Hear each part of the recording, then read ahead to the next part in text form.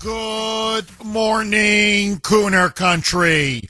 Okay, my friends, remember, just recently, the Supreme Court, in an historic decision, 6-3, John Roberts joining the 5 conservatives on the High Court, they ruled that lower district court judges, if you remember, could not issue what are called universal injunctions, i.e., sweeping orders that block, say, the policy of Congress or the policy of the president across the entire country.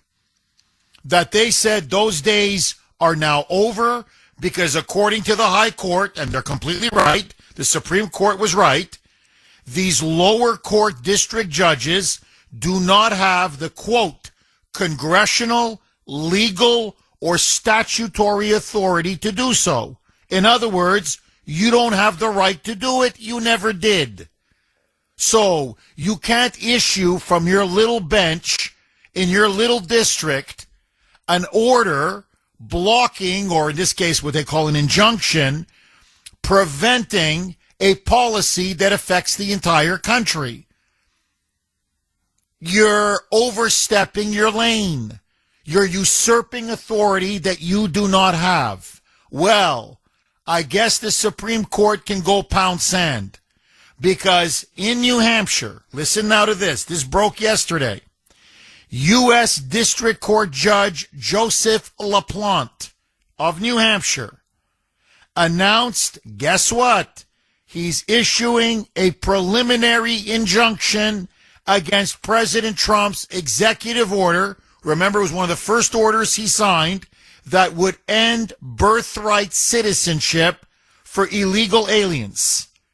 It's normally called, anchor babies, the common practice where many foreigners, and by the way, the communist Chinese are almost the most egregious.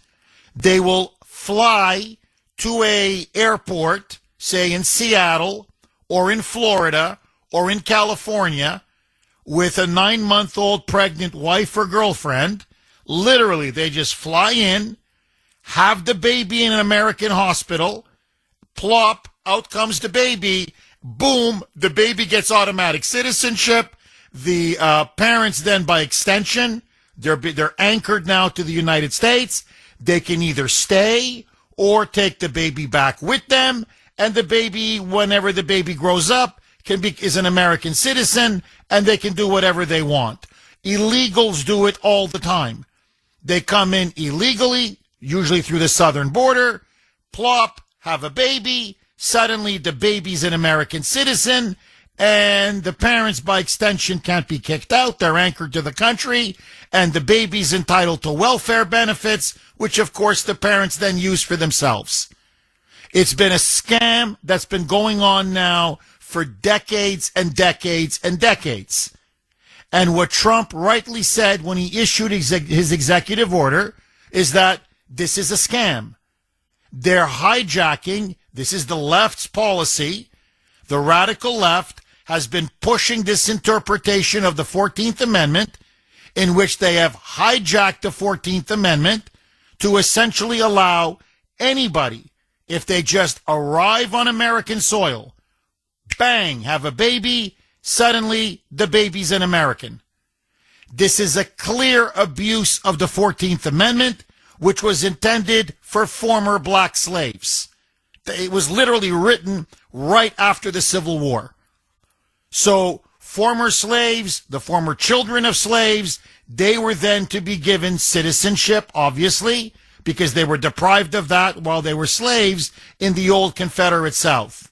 Now, according to the left and according to the Democrats, if you can believe this, their argument is that we fought the Civil War so that illegal aliens could pour into our country and have anchor babies. That's their argument. No.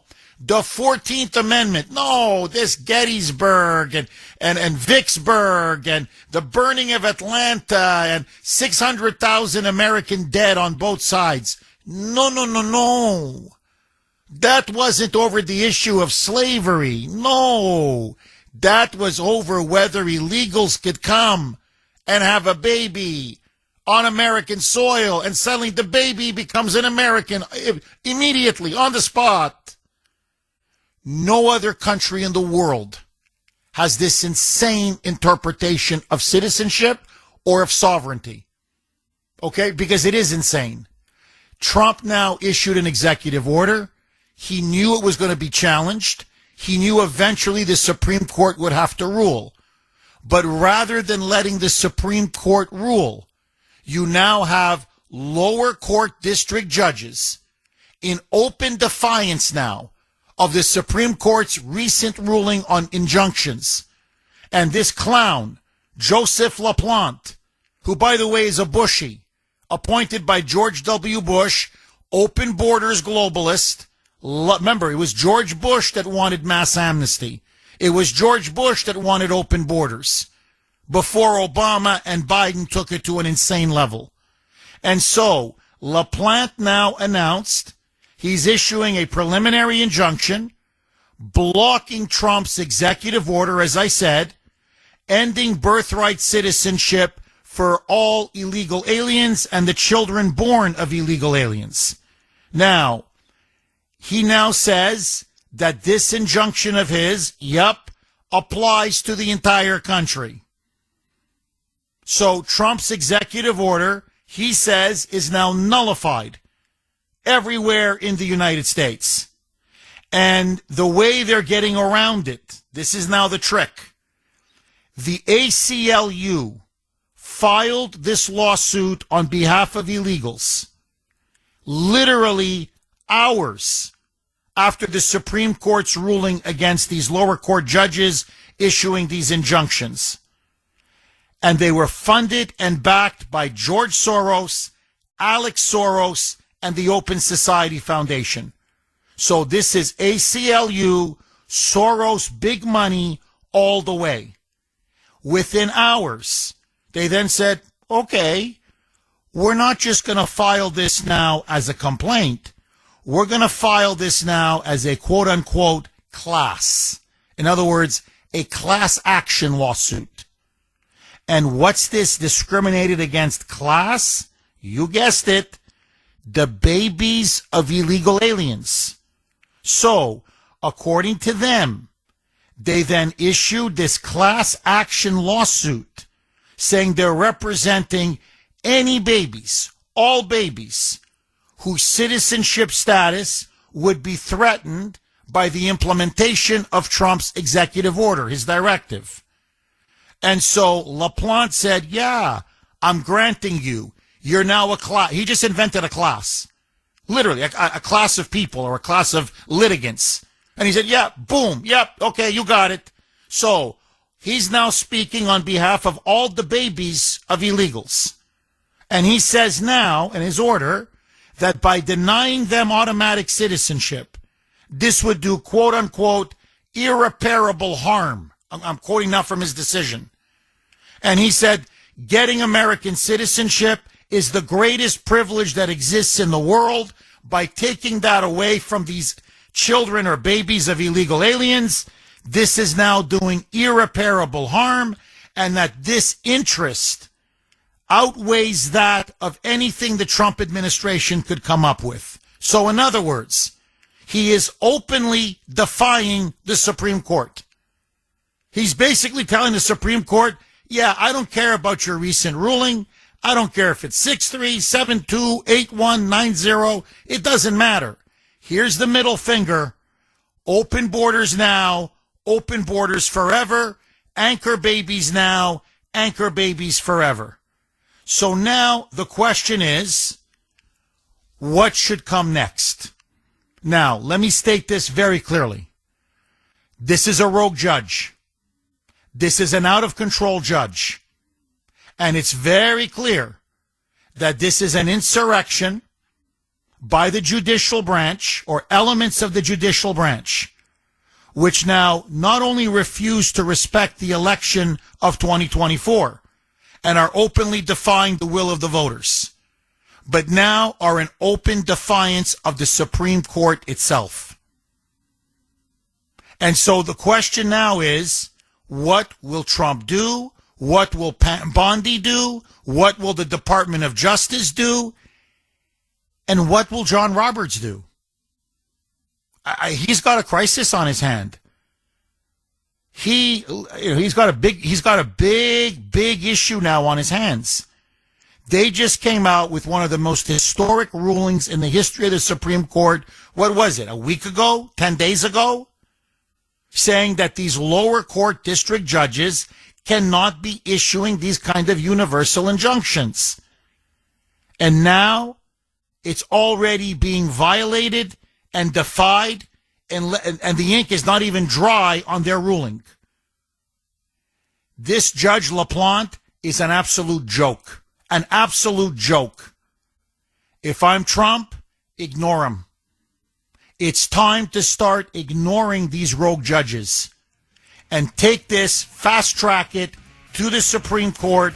Okay, before we even get into the whole birthright citizenship issue and the issue of anchor babies, okay, just before we even get into that debate, and to me, I think it's a non-debate.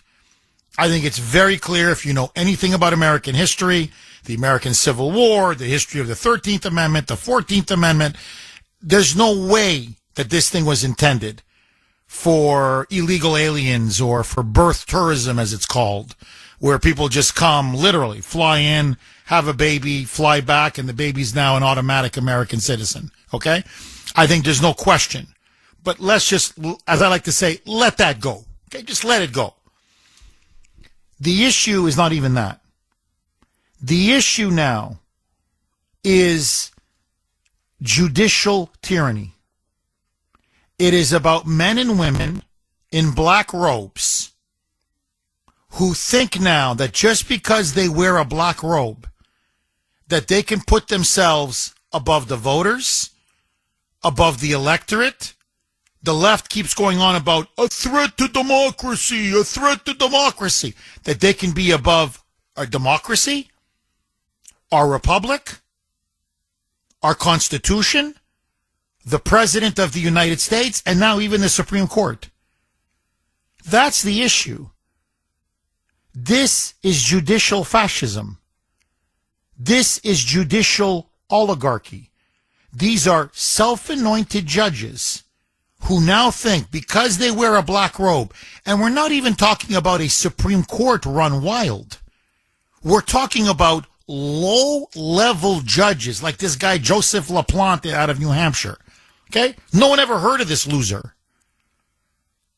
And all of a sudden, this guy is going to decide immigration policy, citizenship policy, birthright citizenship policy for the entire United States? Who does this guy think he is? And that's the issue. Do these rogue judges in these little corners of the United States, in their little districts, are they now essentially the new kings? Are they the new monarchs? Are they the new dictators or tyrants who can now overrule the will of the people, overrule the executive branch, overrule even the Supreme Court itself? That's the question. So, again, that's why this is such a huge story. Everybody's talking about it. Why? Because, again, they've plunged us into a constitutional legal crisis. Now, the Supreme Court settled this just, 10 days ago? The Supreme Court said you don't have the power to issue these injunctions. What does this guy do? He issues the injunction. So, look, this is now where the rubber meets the road. Now, either we're a nation of laws or not. Either we have the rule of law or we don't. Or we have the rule of judges. Unaccountable, unelected judges who think that literally they can do whatever they want and get away with it. Now, the problem is there's no consequences. Even if Roberts intervenes, and I think he has to now, okay, even if the Supreme Court again says, look, I don't know how to say this to you. We issued an historic ruling just 10 days ago, bozo. knock it off and say they quash his injunction. Fine. Maybe, he'll get a legal slap on the wrist. They'll write an opinion. They'll call him out. They'll, he'll intellectually, among his peers, professionally, he'll get a little rap on the knuckles. But then he's not going to be disrobed. He's not going to lose his position on the bench. He's not going to be impeached. He's not going to be removed. He's not going to lose his salary or his pension. He's not going to go to jail. So what I'm saying is there has to be now a system of penalties, severe penalties, consequences, and punishment if these judges keep going rogue. Now, forget in open defiance of the voters or in open defiance of the executive branch, but now literally now in open defiance of their boss. I mean, ultimately they answer to the Constitution, of course, but they're under the authority of the Supreme Court. They have to follow the rulings of the Supreme Court. This guy's basically saying, no, go blank here. Here's my middle finger. You can make all the rulings you want. No, I'm blocking Trump on birthright citizenship and anchor babies, and too bad. In other words, the ACLU, who brought this case, they're running this country.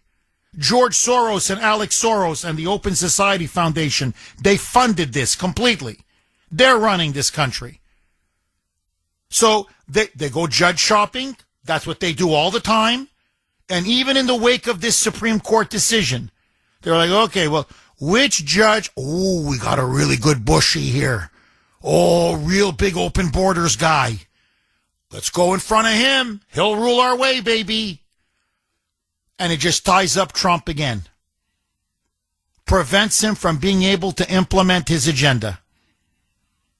Run out the clock. Slow walk everything. Obstruct. Block. Sabotage. Undermine. And again, I have to say this.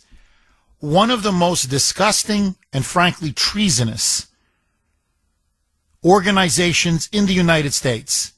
It's not the American Civil Liberties Union, ACLU. It should be called the Anti-American Civil Liberties Union. Notice, if it's an illegal, if it's an enemy of America, if it's a terrorist, if it's a jihadist, if it's an Islamist, if it's a communist, there's the ACLU. But when the rights of Americans, mainstream Americans, are being constantly abused or violated, as they were under Biden, as they were under the derelict Barack Hussein Obama, where was the ACLU? Nowhere to be seen. Now they're trying to tell us that illegal aliens, all they've got to do is just literally jump the border. Okay, a couple lines are open if you want to jump on. Let me ask you, number one, just overall, what do you make now? Unbelievable. This latest decision by another district court judge, this time closer to our neck of the woods. It's Judge Joseph LaPlante out of New Hampshire, blocking Trump's executive order, preventing birthright citizenship from being given to the babies born of illegal aliens. Do you agree with LaPlante's decision? Do you disagree with LaPlante's decision? And furthermore, and this I think is the ultimate question, can a judge simply override and ignore the rulings of the Supreme Court because they want to stop Trump, they want to block him, they want to overturn him, and so because of this, they are now openly defying the Supreme Court? What should be done now when judges forget defying the people, the president, the Constitution, but now literally are ignoring and defying the Supreme Court itself? What kind of penalties, if any, should there be? 617-266-6868 is the number. Okay, this is from Mark on Messenger, and as usual, he's on absolute fire. Jeff, let's flip it. This is like if me and my wife went to Italy and she was pregnant and then gave birth to our child in Italy, that does not make our child an Italian citizen. And the same applies in the United States. This was not intended in the manner it is being done. Am I correct in saying this, Jeff? Yes, you're 1,000% correct. And by the way, just to take your analogy to the logical end.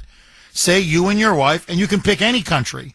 I know you're using Italy because you're of Italian descent, but I don't care. France, Britain, Germany, Poland, Denmark, Norway, Japan, Australia, New Zealand.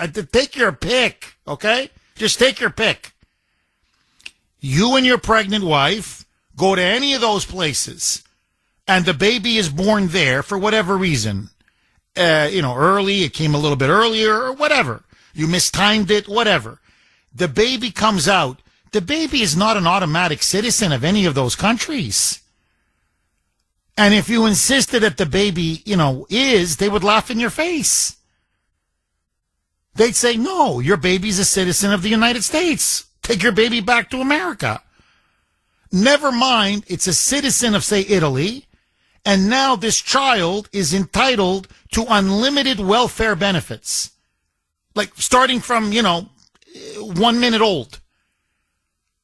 Free health care, free housing, an automatic welfare check, and now you and the parents can stay in Italy forever. And the state has to provide you with an apartment and, welfare, and you get free health care as well. Do you think, you think the Italians would stand for this? Or any other country in the world? But only with these insane moonbats have they been pushing this interpretation. Now, Mark continues to say, and I think he really puts his finger on it, Jeff, there should be discipline for rogue judges that defy the Supreme Court. And how about this? First offense, automatic 6 months suspension from serving on the bench. Second offense, you are disrobed, terminated, and your pension is taken away. I love it. I love it. In other words, not even 3 strikes, you're out. 2 strikes, you're out. Should there be a law that Congress passes in which rogue judges are now subject to being punished? Mark suggests first offense, maybe a 6-month suspension. Second offense, you're disrobed, you're terminated, you're removed from the bench, and your pension, finito. Bye-bye, gone. Should there be a price to pay for being a rogue judge? I say yes. What say you? 617-266-6868. Susie in Bedford. Thanks for holding, Susie. You're going to kick us off. Thanks for holding, and welcome. Good morning, Jeff. Hi. Happy Independence Month, you fellow patriots. So, Mark, wonderful, wonderful. He always has great points. He is far more kind than I could ever dream to be, because I wouldn't give them that amnesty. For 249 years, our republic has been very successful. Within our successful republic, we have 3 branches of government that we honor and that we allow them to pretty much guide us. All right? Now, these rogue judges, the shining stars that they're dreaming to be, need to absolutely be removed from the bench. Their robes taken away from them. They need to be disbarred. Not only that, but they should also be, as a part of their sentencing, they should never be allowed to practice any form of law. I don't even care if it's real estate law in the United States ever again. They know full well what they're doing, when they're doing it, while they're doing it, and they know that they're in violation of the Constitution. And I don't want to hear that baloney about how they distort and they twist the Constitution, the 13th Amendment, the 14th Amendment, all of it. How about the Fifth Amendment? They take advantage of the Fifth Amendment. I don't care anymore. This is deliberate. This is a violation of our Constitution that, again, has been working relatively well for the last 249 years. Enough is enough. They need to be made examples of. I am sick and tired of nobody's held accountable. Nothing happens. Nothing happens to these Democrats that are continuously breaking laws. And they walk that thin line, and they make sure that it's like a tightrope, and they make sure they don't step off the wrong side because they know that they could go to jail, but they come right up to it. And then you have the ones that will step over the line, and they don't go to jail either. People need to be held accountable. It needs to be public. This needs to be done publicly. So that, guess what? Maybe some of these lunatics will gain a little bit of sense and say, oh, wait a minute, no, I don't want to be fined. I don't want to lose my job. I don't want to lose my pension. I don't want to go to jail. It's simple. We need to make these wannabe shining stars the shining stars they're begging to be, and do it publicly. Well, Susie, just to piggyback off of what you're saying, they're aiding and abetting an invasion. What they're doing is they're not just violating their oath, the Constitution, the will of the people, as you mentioned, the separation of powers. They're completely violating that. They're usurping the authority of the president. But now they're violating and defying the Supreme Court. And they're doing it because they want to keep encouraging massive illegal immigration, which is an invasion. And the ultimate carrot, the ultimate incentive is you just cross that border and have a baby on American soil. Your baby automatically is conferred citizenship, so your baby can never be deported. And you, as the parents, are basically now anchored in the United States. So what this judge is doing, really, he's a judicial Benedict Arnold. 617-266-6868 is the number. Okay, just very quickly, Marianne in Florida messaged me maybe about 5-6 minutes ago and makes an absolutely, I think, devastating point. And she does it in a way that it's a very interesting angle in terms of not just the law and judges and their relation to the Constitution and the Supreme Court, but sort of like, whoa, pull back. And if you defied your boss, or if I defied my boss, if we defied our employer, what would happen to us? So here's what she writes. Jeff, so the question that you asked is what should happen to these rogue judges when they go against their superiors on the Supreme Court? Well, if I defy my employer, I'm going to be fired. Now, these Supreme Court justices these rogue judges should lose their jobs and their law licenses. And I am of the opinion, because they know the law. Some of us don't always know the law.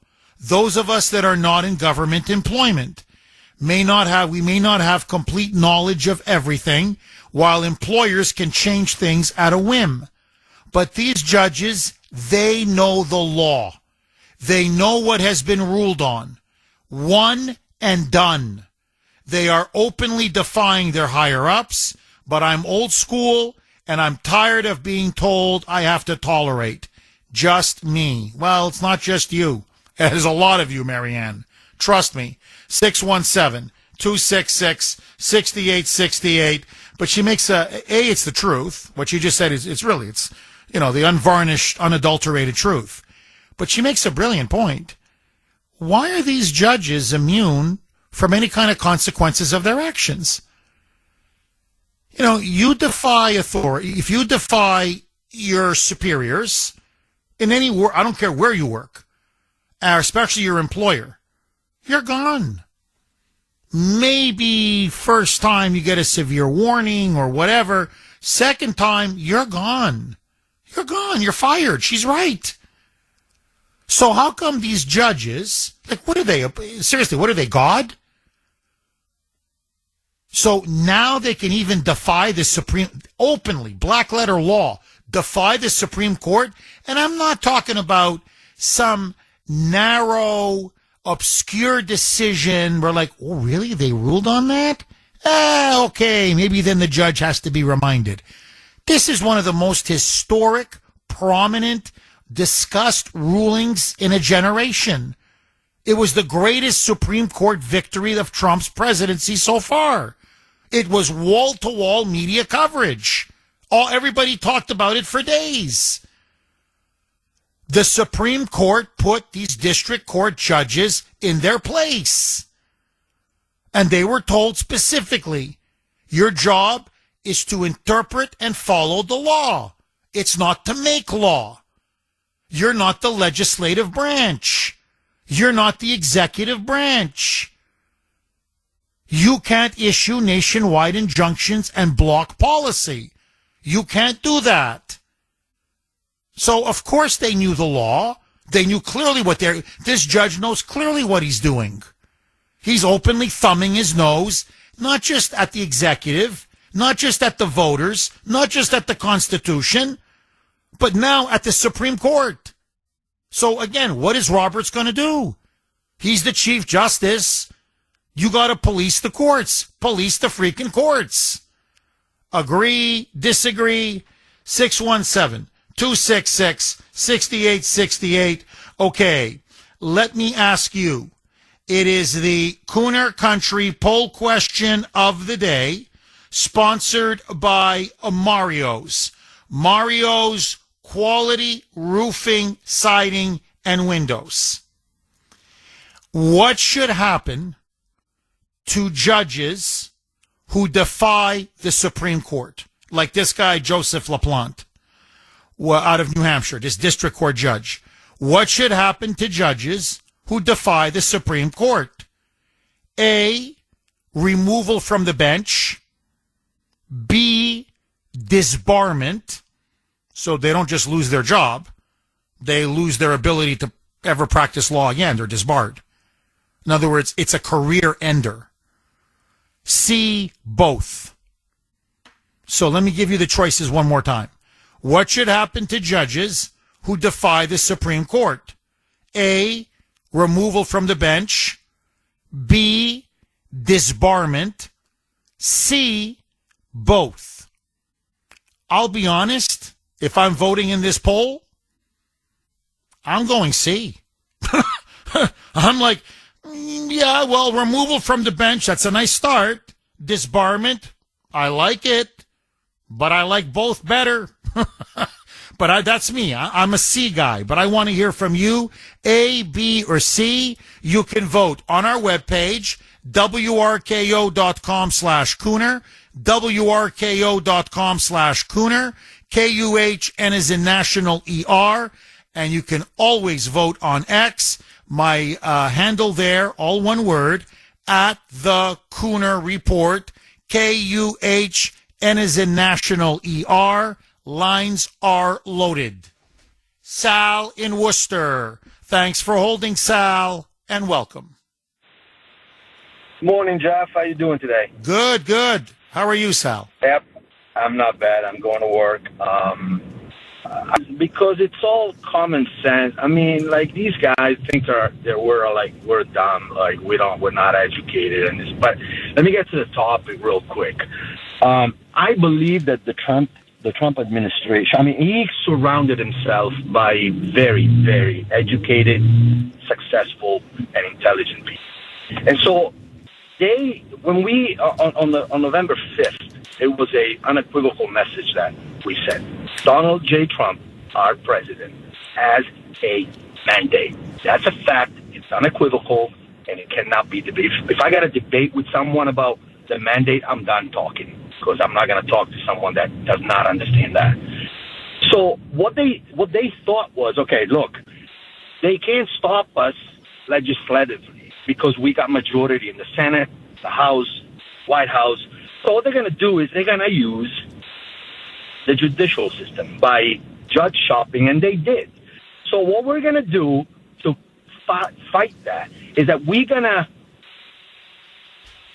sign so many executive orders like never before that we're going to trigger the Supreme Court justices to act.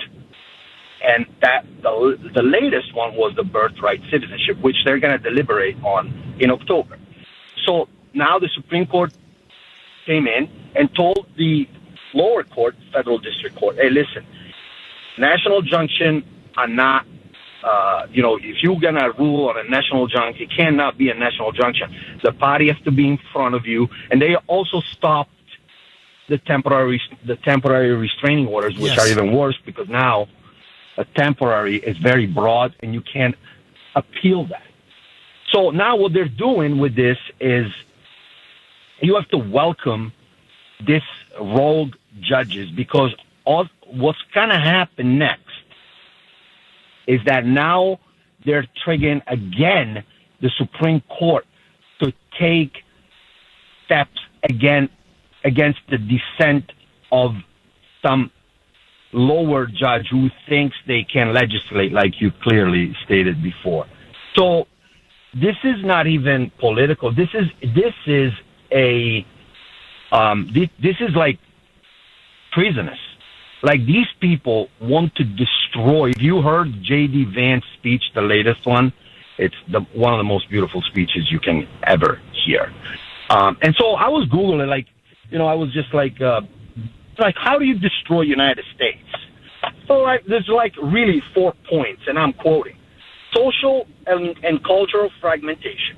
Disregard the foundational values or shared history. Effective governance, including corruption and political instability. Economic decline caused by factors like overwhelming debt, creation of underclass, and unchecked immigration. This is exactly what the left is doing. These are not even these guys want to destroy the fabric of this beautiful country. This is a fact. Now, on the Birthright, there are millions of tourists that are coming in the country on a daily basis. So these guys are suggesting that because of the 14th Amendment of the Constitution, which was clearly created to give rights to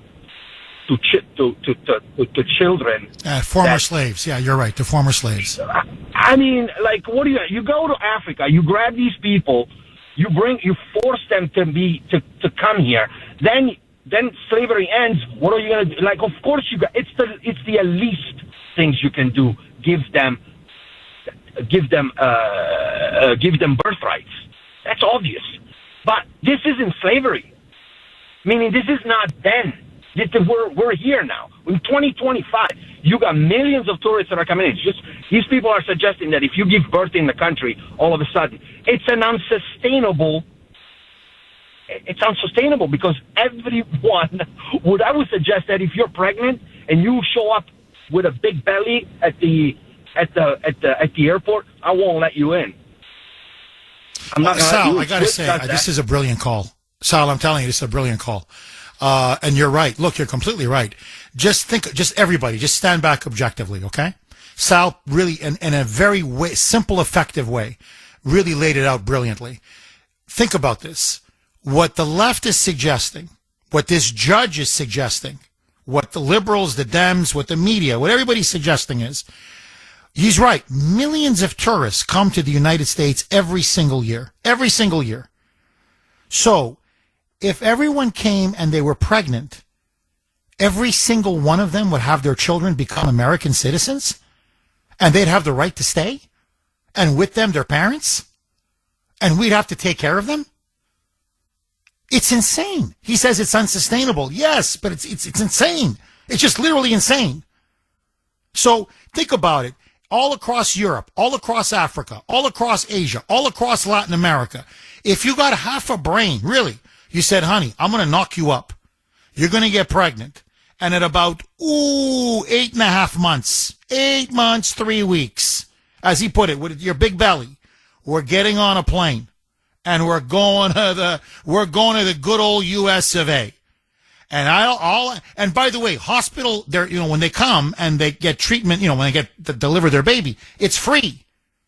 The hospital, they have to provide you with free health care. So they even get the baby delivered for free. You can give them a bill, but if they don't pay the bill, there's nothing you can do about it. Why? Because they don't live in the United States. So all you got to do is pay for airfare. You get here, plunk, out comes the baby. And suddenly now, oh yeah, that's an American citizen.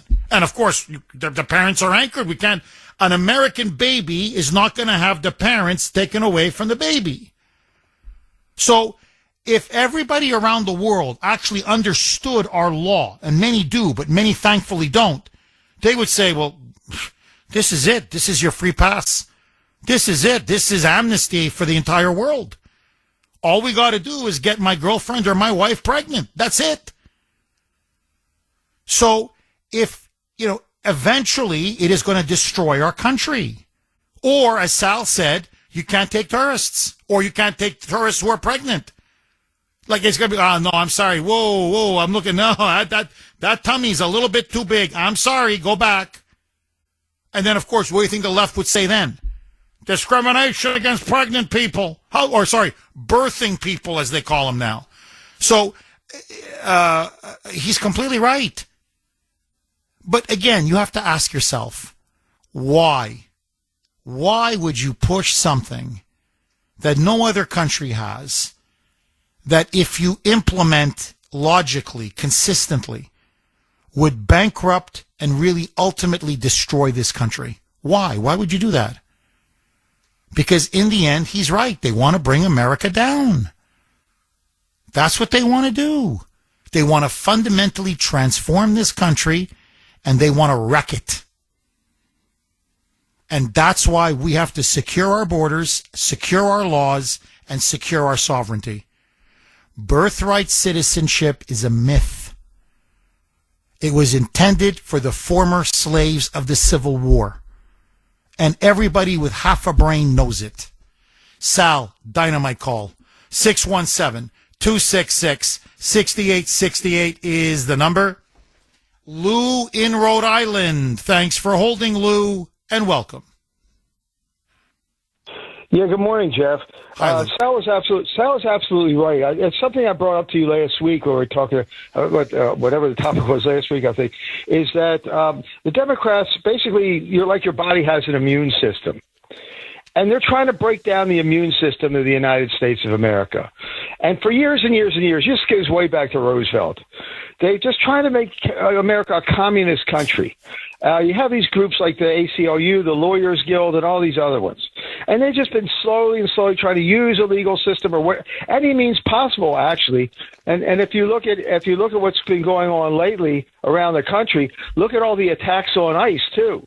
Well-funded stuff, and there's a lot of rich people who are backing all this stuff and putting these judges in and getting these DAs put in place.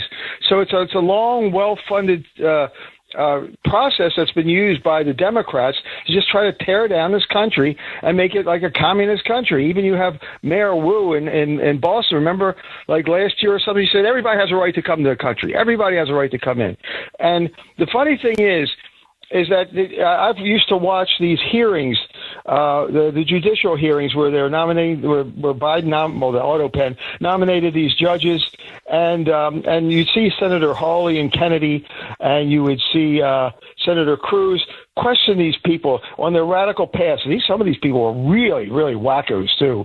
And every one of them said, when they were confronted with their radical past or some of the things that they said, when we're on the bench, we will follow the law.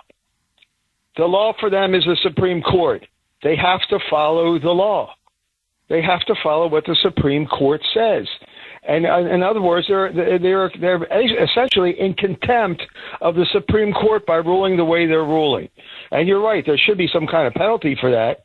But they're basically ignoring the Supreme Court. And what I would say is, I would have Pam Bondi and the President say, no, we're not enforcing any of these rulings. We're just going to continue the way we're going by the ruling of the Supreme Court. And too bad for you. You're an isolated judge, and that ruling and any ruling you make along those lines just doesn't stand, and it's in contempt of the Supreme Court.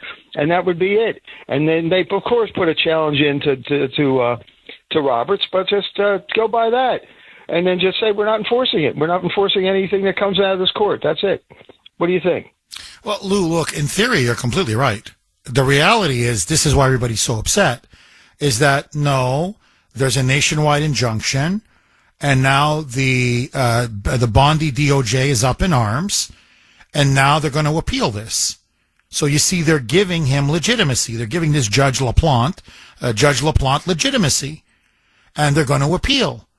And you've got now hospitals all over the country. You've got liberals and liberal groups all over the country now telling illegals you can have a baby, and they must confer citizenship upon the baby.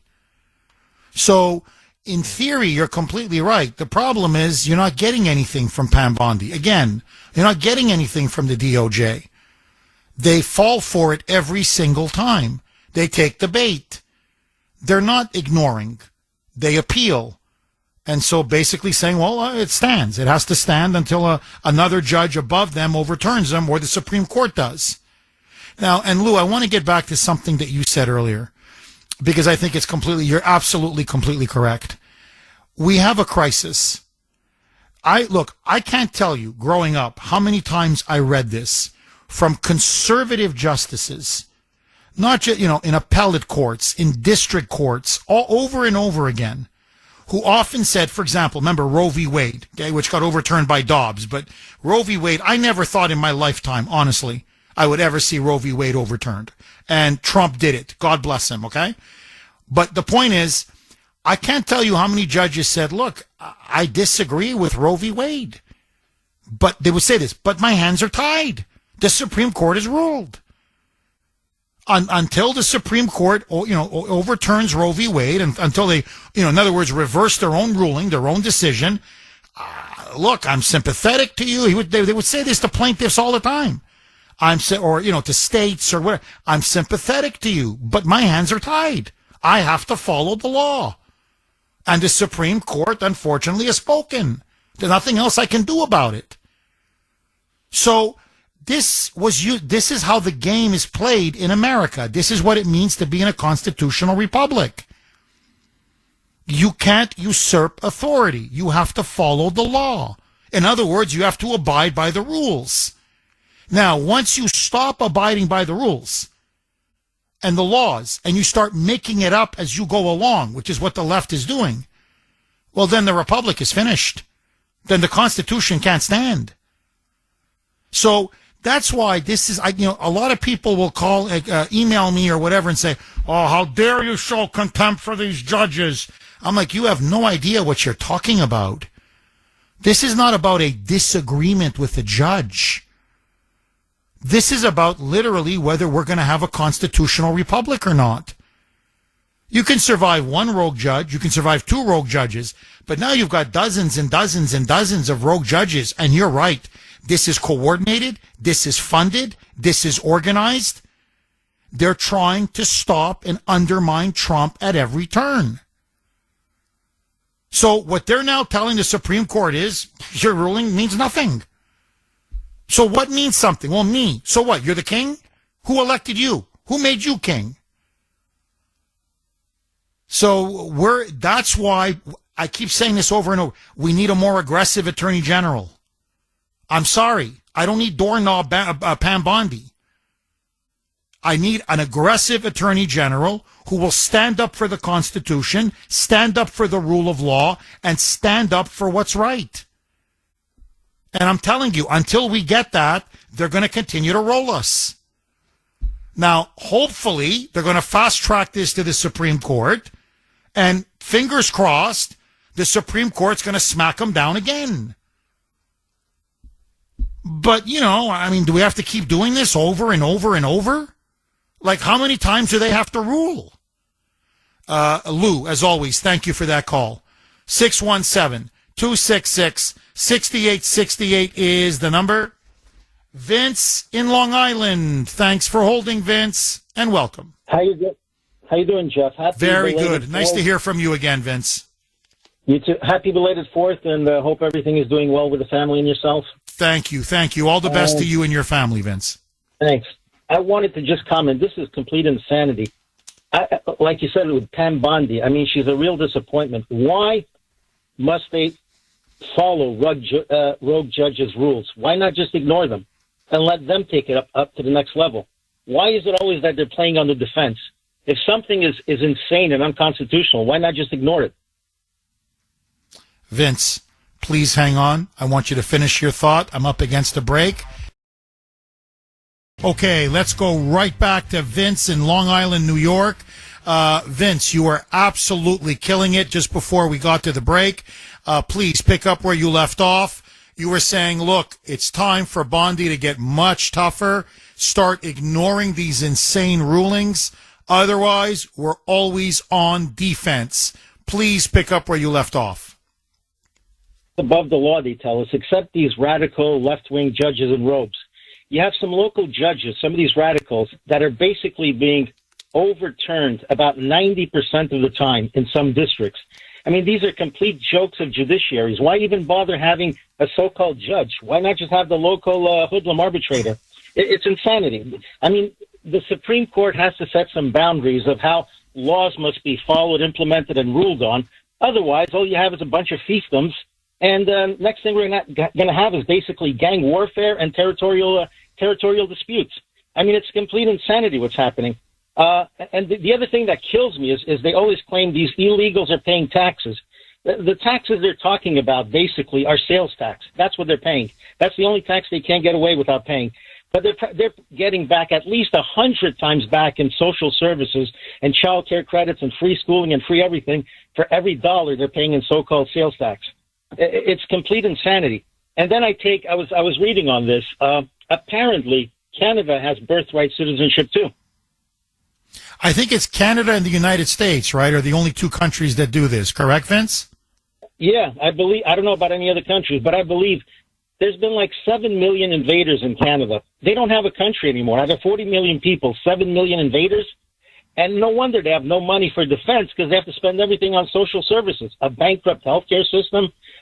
You have a third world invasion. They call themselves a country. I don't know who they are, but they're fighting to death and resisting the 51st state concept, which is, they're much more Americanized in theory than third worldized, but they're willing to be invaded by the third world, and then they have no money to defend themselves. So they're funding their own invasion. It's complete insanity, and we're not too far behind. I mean, all the social experiments are conducted in Canada. See how those work, and then, they bring them here to the States. Vince, I love it when you call, my friend. Call more often, buddy. Have yourself a wonderful weekend. You are spot on, absolutely dead on, everything that he said. 617-266-6868 is the number, and that's why I pointed out about this rogue judge, this LaPlante, out of New Hampshire. He's aiding and abetting an invasion. That's the whole point of the ruling. In other words, it's like, oh, no, the Supreme Court has tied our hands? No. Birthright citizenship now, birthright citizenship forever. And out of my little district in New Hampshire, I'm going to apply this to the entire country. So I'm overturning Trump's executive order. Well, who is he? I mean, who elected him? And by the way, if a conservative judge did that to a Democrat president, ay, oh, oy vey, as the Jews would say, oy vey. I mean, the media would be going apoplectic. Democrats, I mean, they'd want that judge's head on a platter. This guy, he's now the latest hero of La Resistance, the resistance. 617-266-6868. John in Peabody. Thanks for holding, John, and welcome. It's an all-powerful Kuhner. What's happening, Captain? John, haven't heard from you in a while. Good to hear from you, my friend. What's on your mind? Same here, Jeff. Hey, Jeff, I'm going to make 2 points, and you tell me if you agree with me, okay? Okay. Let's defy the American citizenship, okay? First off, if you're an immigrant and you reside here, which means you pay rent, you buy a car, you bought groceries, you responded with the public, and you conceived that child here on American soil, yes, in question, that would be considered an American-born citizen. You can't just be 9 months pregnant, come across the border, dump it on American soil, and call it an American citizen. Absolutely not. Does that first point make sense? Yes. Okay. Secondly, the reason I believe these rogue judges think they have power and overruling of the presidency is because they use the liberal response, the liberal action, and the liberal protests as power. The more the public responds to this judge, the more he feels he can appoint this new rule. That's why he tries to override it, because he uses the liberal response as the majority, basically overruling the president's, authority. Does that make sense? Yes. Okay, and I think, like I said, we still keep asking, what's the end game and why they're doing it? Is because they're using the public, the liberal public, in the insane public, to build new rules here in America. That's why all of these protests are breaking out everywhere. I don't know what the reason is. We don't know what these marches are all about, but it's becoming more and more frequent that they're using the power of the public to give them new rules and new power and basically override everything. Well, John, I think you really put your finger on the pulse of the issue. What we're watching now is a coordinated campaign. It's not just through the judges, through lawfare, but you're seeing it with these blue city mayors. Take Karen Bass out in Los Angeles, with the Democratic Party, with these NGOs, and with these anti-ICE activists who are now, they're blocking ICE, they're shooting at ICE, they're attacking ICE, they're killing some people now who work for ICE. This is an insurrection. What we are watching now is a slow motion insurrection. And I'm going to touch on this in the next break.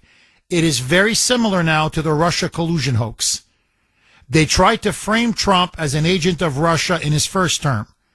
And that's how they, in other words, use the deep state to bring Trump down. Now they've got another weapon to bring Trump down and bring his presidency down. And I think, John, you've really identified it. John, thank you very, very much for that call. As always, 617-266-6868. Trust me when I tell you this.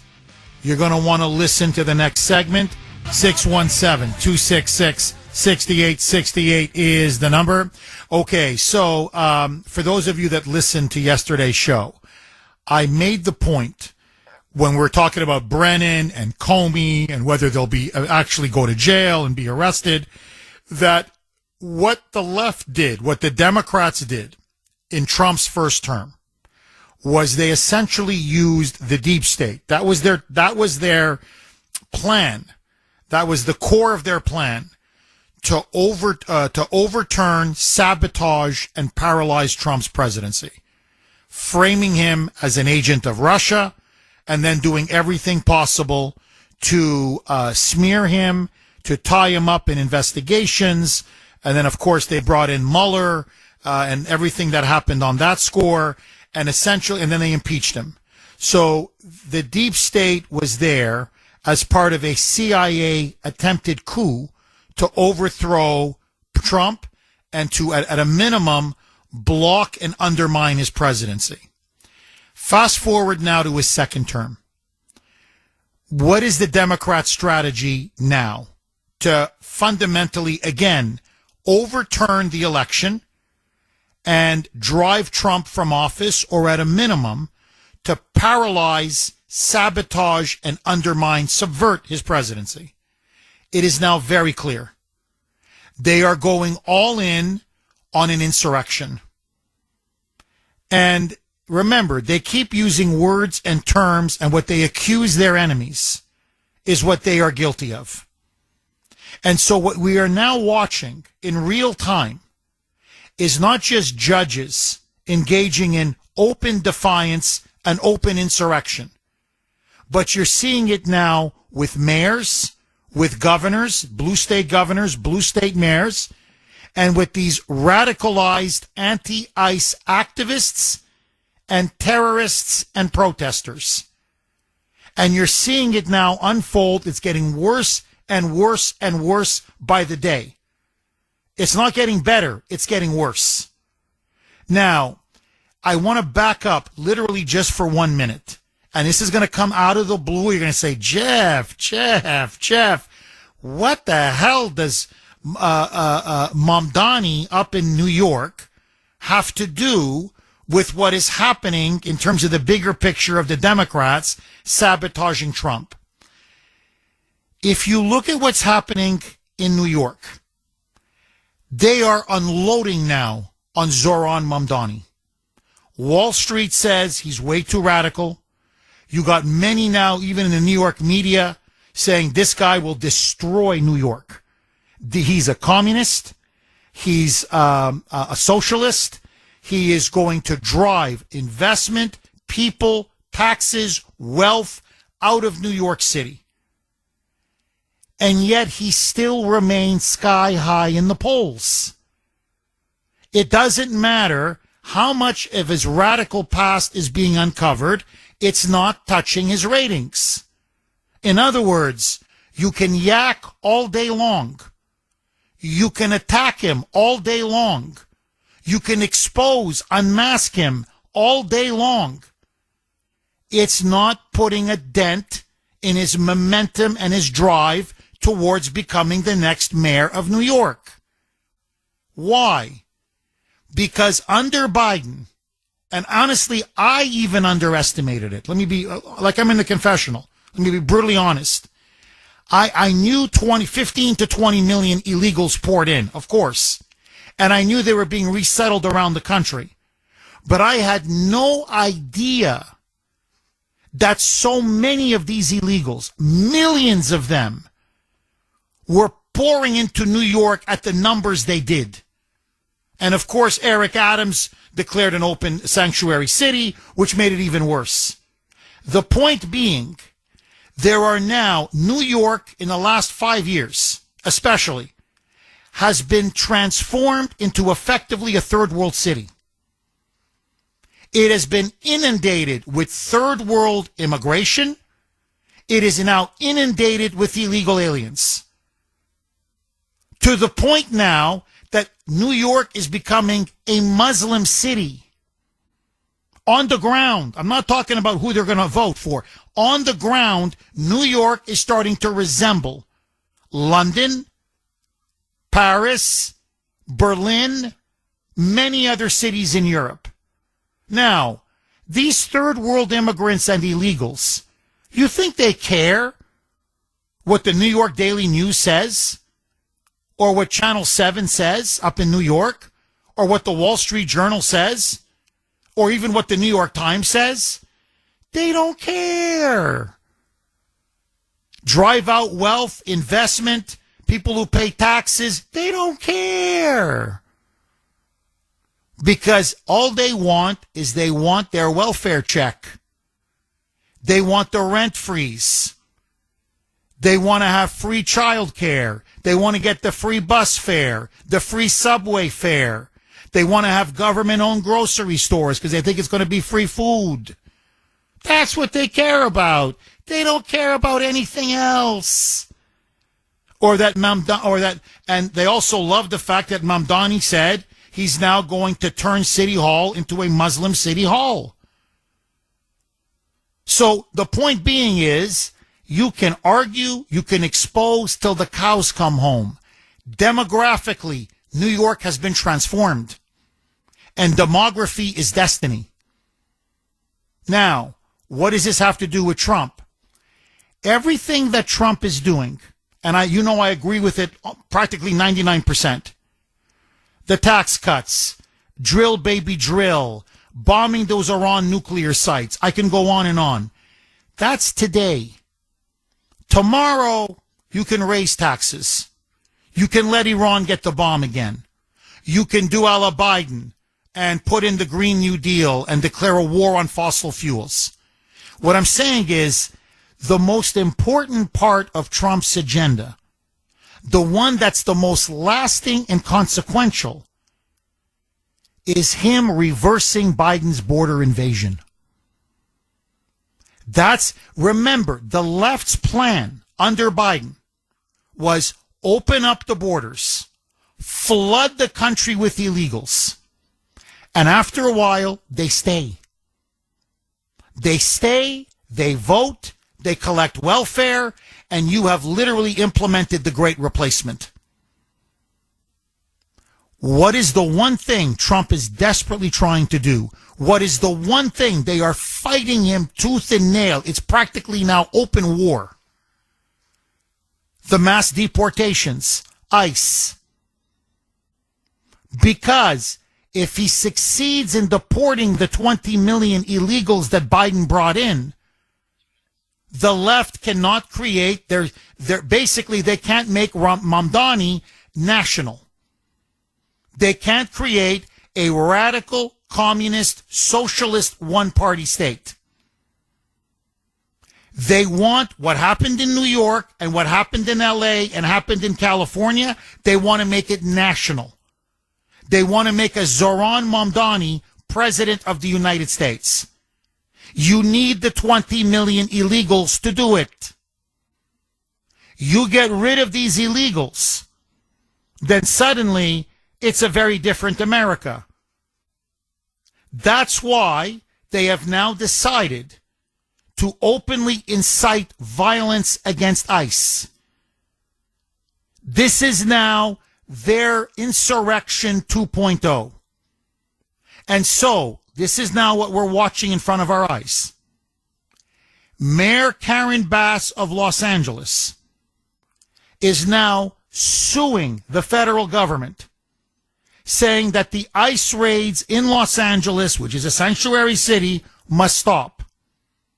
She has now come out and said she not only sides with the illegals, she literally now openly sides with the violent protesters who are shooting at ICE agents, who are assaulting ICE agents. 617-266-6868 is the number. Okay, my friends, so very quickly, because I want to go to the phone lines. What we're watching now, it's a repeat of Trump's first term.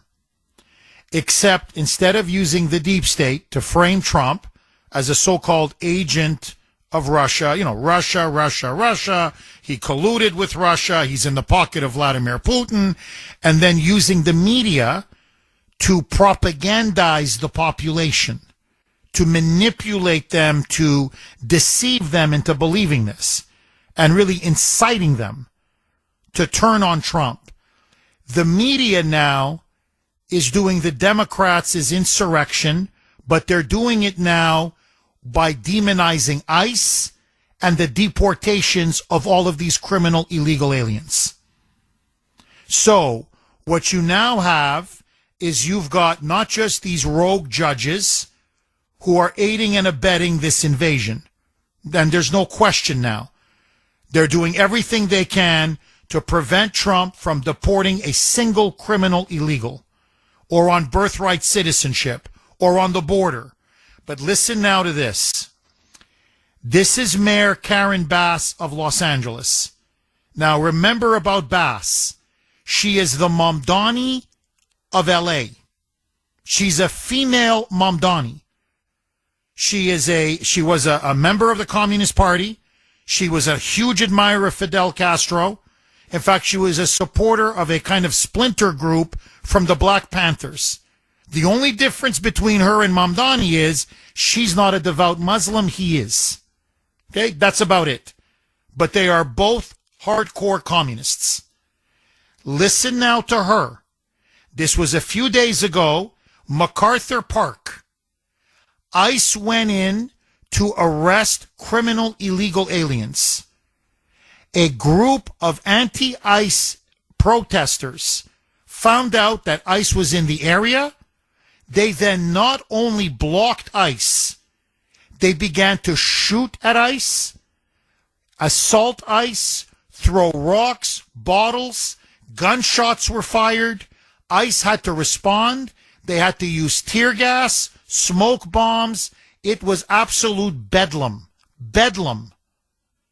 And listen now to Bass. She literally went to MacArthur Park and told ICE they have to leave. ICE needs to leave not only the park, ICE needs to leave Los Angeles. Roll cut 21. Mike. Okay. All right. Statement, Mayor Bass. Aaron Bass. Mayor Bass. Oh my God. Any comment, Mayor Bass? Thank you. Mayor Bass, any comment? Yes, my comment is they need to leave, and they need to leave right now. They need to leave because this is unacceptable. Who did you speak with? Just wait and see. Mayor Bass, They will be leaving soon. Now, she's not saying the illegals have to leave. She's not saying these anti-ICE radicals, to me, they're basically terrorists. The ones, and you can, I mean, there's no denying it. You see them, they've got handguns. Boom, boom, boom, boom. They're shooting at ICE vehicles. They're pelting ICE agents with rocks and bottles. They're physically hitting, punching, kicking, attacking ICE. Now, she is obstructing justice. She's literally impeding federal law enforcement from conducting their raids against illegals who shouldn't be in our country. But it's getting worse now. Literally, it's getting worse. I would have talked about it. This story broke late last week, around 4th of July weekend. But there was the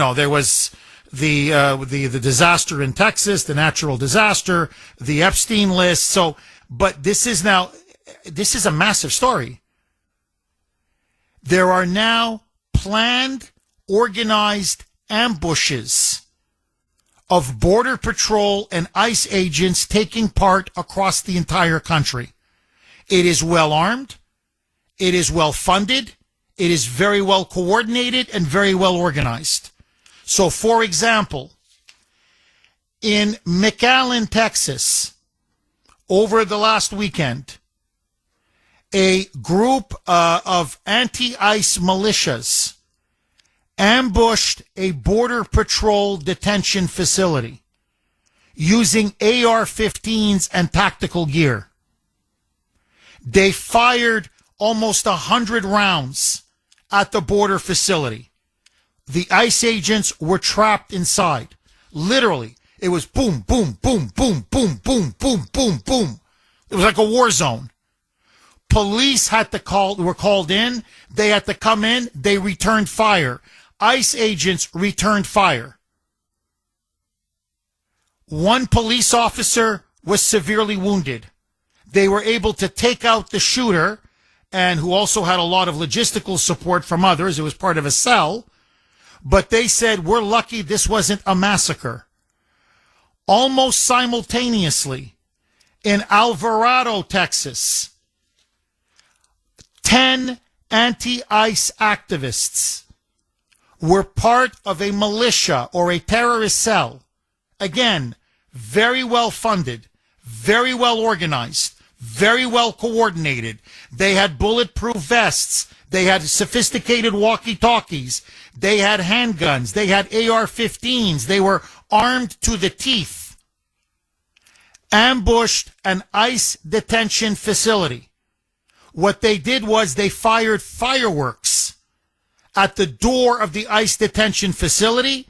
They also wrote graffiti on the police car, on the cars of ICE agents, traitor, ICE pig. The reason to get them to come out of the facility, out in the open, so they could then gun them down. When the ICE agents came out, because now the fireworks were being thrown at the facility, they thought, well, my God, are they going to burn the building down and us, inside the building? ICE agents went out. Boom, boom, boom, boom, boom, boom, boom, boom. Multiple snipers, multiple shooters. Again, an ambush. They had to desperately take cover. They had to return fire. Police poured onto the scene. One of the incoming police officers shot right in the neck. Other ICE agents wounded. They were able to take out some of the snipers. They arrested over 10 initially, and now there are other people part of a larger cell.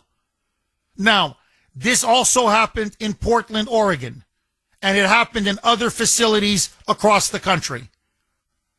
This is organized. This is well-funded.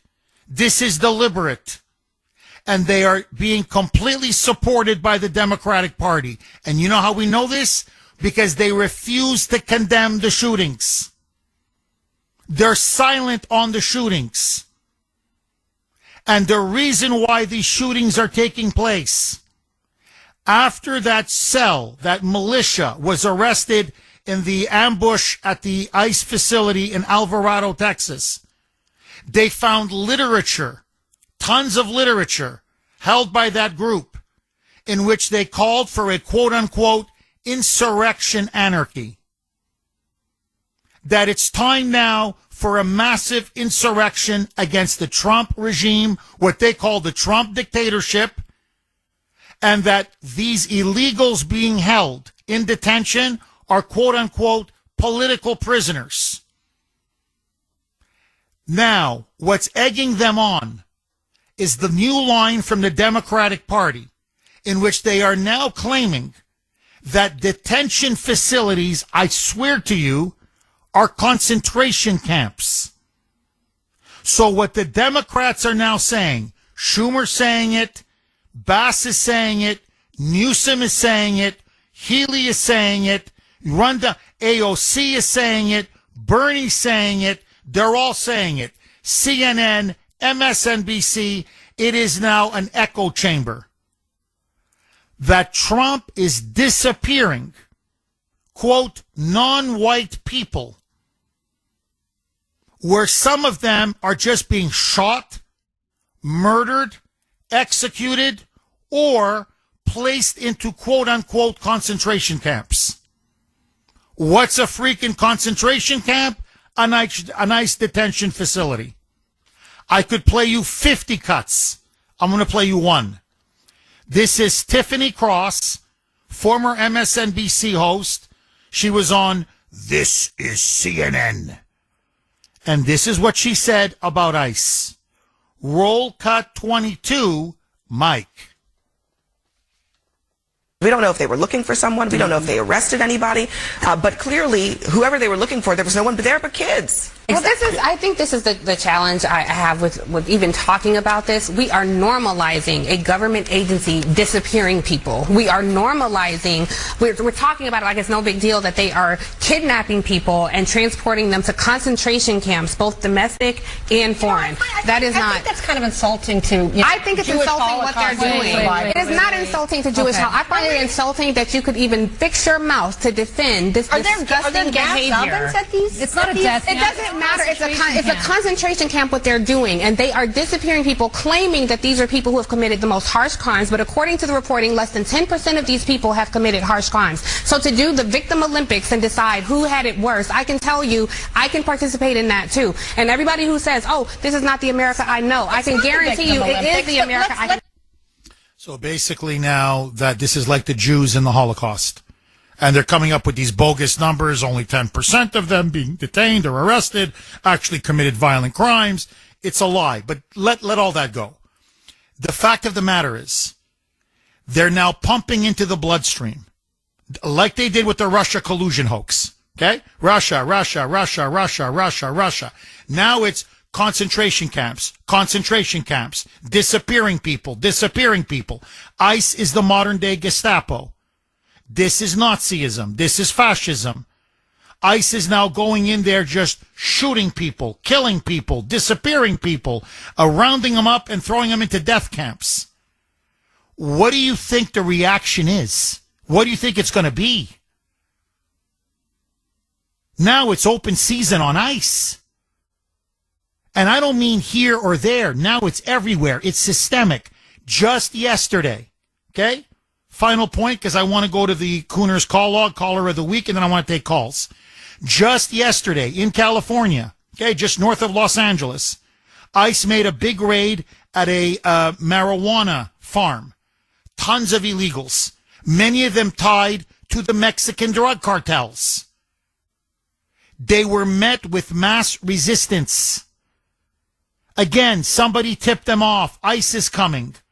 a huge group of anti-ICE radicals and terrorists, okay? These anti-ICE protesters were waiting for the ICE agents. Again, shooting at them. You could see the handguns. Boom, boom, boom, boom, boom, boom. ICE agents were assaulted, beaten, attacked, projectiles thrown at them. ICE had to resort to using smoke bombs and a tear gas, and they had to fire back. And this was all caught on live TV. Tear gas, smoke, gunshots, everything, everywhere. And you're looking at this, and I'm like, is this Gaza? Is this Iran? I'm sorry, is this Iraq? What the, or is this is Los Angeles? Everywhere ICE goes now, they are being blocked, they are being impeded. Now, increasingly, they are literally being shot at, and they are being attacked, and physically, they are now fearing for their very lives. And as all of this is going on, the Democrats now are aggressively pushing in Congress and around the country for ICE agents to remove their masks. Why? So they can be doxxed. So they can know their names, their addresses, where they live. So they can be terrorized, and their families can be terrorized, and their spouses and their children can be terrorized. They are going to make it not just impossible for ICE to do its job. In other words, grind the deportations to a halt. But they're looking for an incident. They want an incident. They want blood. They want ICE to overreact. They want a stray bullet to kill an innocent civilian. They want to portray ICE as the modern day Gestapo and SS. That's what they're trying to do. Now, this is only going to get uglier. Mark my words, you can take this to the bank. This is going to get worse and worse. You're going to see more shootings, more ambushes, more street fights, more attacks on ICE. ICE is going to have to get much harder in return. It's going to be a massive retaliation on the part of ICE. They have to defend themselves. And you are going to start to see a slow burn civil war in our own country. This is an insurrection. And they are trying now to demonize ICE and ICE agents. To the point now, they want to shame you for even defending ICE. That's how they plan to subvert, sabotage, undermine, and ultimately overthrow the Trump presidency. Because, mark my words, even if they can't overthrow him, and I'm telling you they're going to try to impeach him again, or assassinate him. But if they can't do that, they want to wait out his 3.5 years. Keep all of the illegals in this country. Keep the invaders here. And then they're going to steal it in 2028. And then boom, Mamdani goes national, or I'm not saying him, but people like him. Then you can have a Zoran Mamdani, not just in New York, or a Karen Bass just in LA, but now you can have them run the entire United States of America. You invite the third world, you become the third world. That's their ultimate strategy. And third worlders vote for socialism.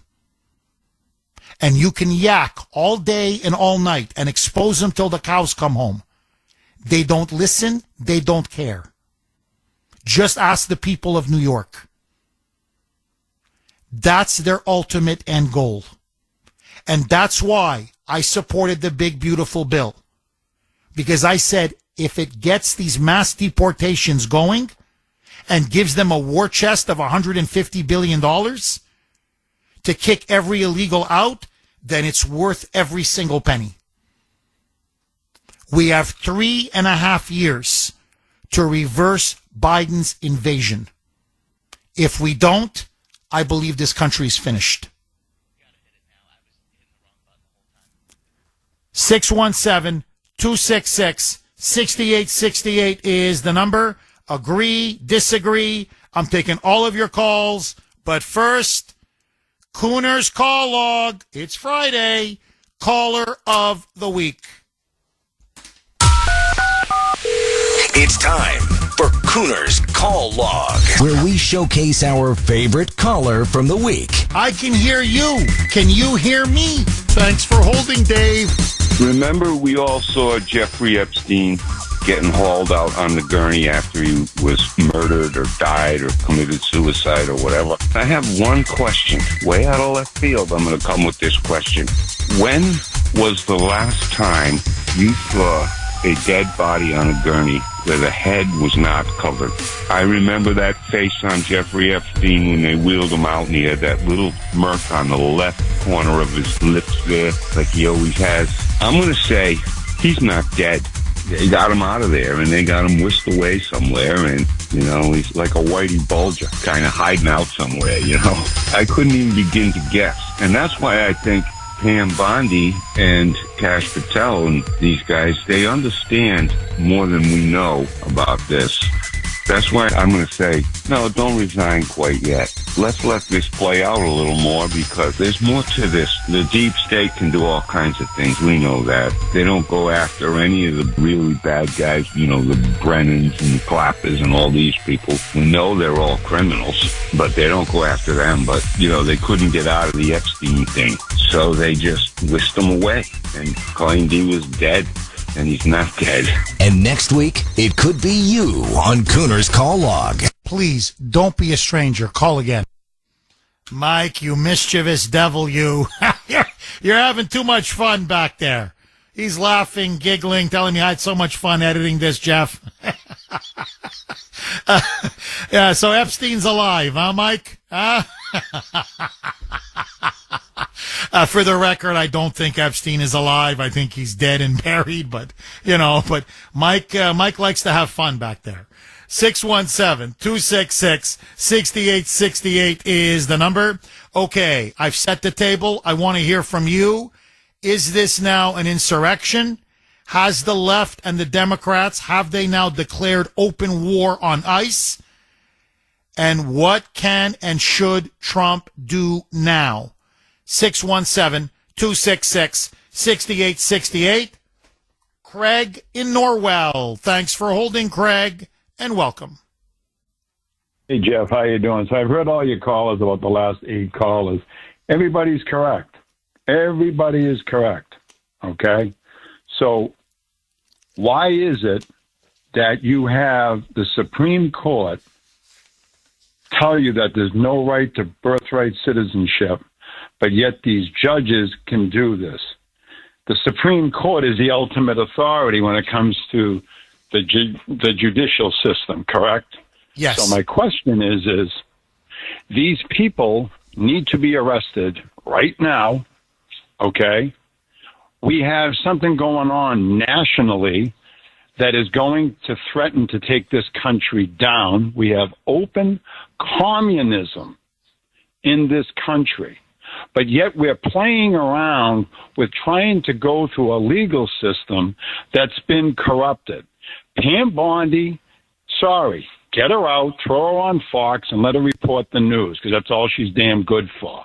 Kash Patel and the rest of them, all right? Look, they said they were going to clean up this place. Right now, the whole Democrat Party is openly defiant of the Constitution that they swore to uphold. Even these judges. So either we have the military to protect this country and its borders. They need to be activated. They're going after federal law officers.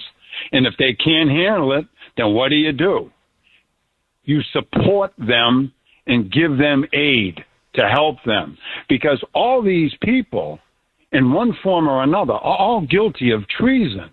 They are the insurrectionists. I mean, we can talk all we want, but as you're saying, every single state, almost every single state, has enough dumbed-down population to vote for something that's going to destroy the very fabric of this country. Now, Trump has got a big decision to make. Either fast track it to the Supreme Court, and I mean fast track it, because right now you're getting federal law officers killed. Okay, you've got drug cartels supporting them. Oh, you're dead on, Greg. Look, sorry, Craig. My bad, Craig. Yeah, look, Trump's got a decision to make. Okay, let me ask all of you now. You've had multiple ambushes, very well organized by, what do you want to call them? Terrorist cells, militias, whatever they are. These are anti-ICE left-wing radicals, many of them with insurrectionist literature. They have targeted ICE facilities, Border Patrol facilities, both in Alvarado, Texas, and in McAllen, Texas. One officer shot in the neck. Another officer badly wounded in the hospital. Other ICE agents now sent to the hospital shot as well. Many of them with AR-15s, handguns. They've got bulletproof vests, walkie-talkies, well-funded, well-coordinated. Now, as I speak to you, in Los Angeles, at a raid that took place just, yesterday, and there's still fallout from this, at a cannabis farm. You had anti-ICE activists waiting for ICE agents for their raid. They were tipped off, and tear gas had to be deployed, smoke bombs, and in the melee, massive clash, many of these anti-ICE activists pulled out handguns, and there was open gun battles now on the streets.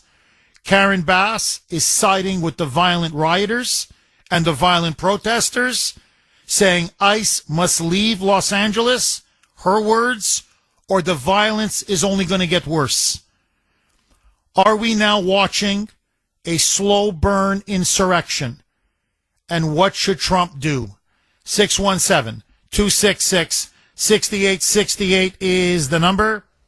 George in New Hampshire. Thanks for holding, George, and welcome. Hey, Jeff. Thanks for taking the call. I had two things I wanted to mention to you. Can I do the light one first? Yes, of course. Go ahead. Hey, so I love your show, obviously. But one of my favorite callers is Arthur from Hyde Park. The guy's just like he's dynamite. Just as a suggestion, someday, could you bring him into the studio and have like a day with him? Bring some honeydew donuts or something, or just have him on the radio with you, because the guy's freaking amazing. I know I'm not the only one that thinks that, and I know you appreciate him too. Oh, I love Arthur in Chestnut Hill. I love Arthur. In fact, what I'd really love to do, I love your idea, don't get me wrong, but there are so many good callers. I would like to almost, if management will agree, I have to, run it by management, but I'd almost like to have a show just from the callers. Like have them, put 5, 6, 7 of them in the studio and just say, let it rip. You know what I mean?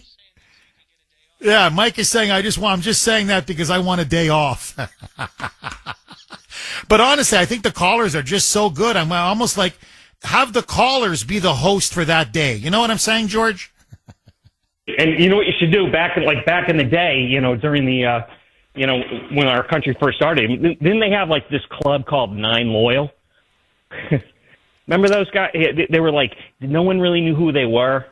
It wasn't Hancock and those guys, but it was like, associated with Revere and all that. And they would back the resistance towards the crown.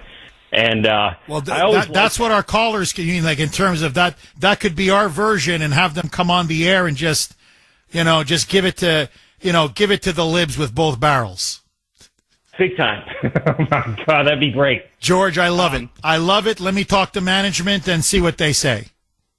Okay. And so I'm obviously, you're all knowing and aware of the media and all, but if you saw that Cynthia Gonzalez, she's like the lieutenant governor of like the county of LA. And basically she grabbed her cell phone and did a selfie and did a video, and the video is on the lines of, to all my ignorant leftist radicals out there, to the gangs, basically, to the street gangs. We need to resist and go against ICE. Not for nothing, but I want to know where all the cholos are at in Los Angeles. 18th Street, Florencia. Where's the leadership at?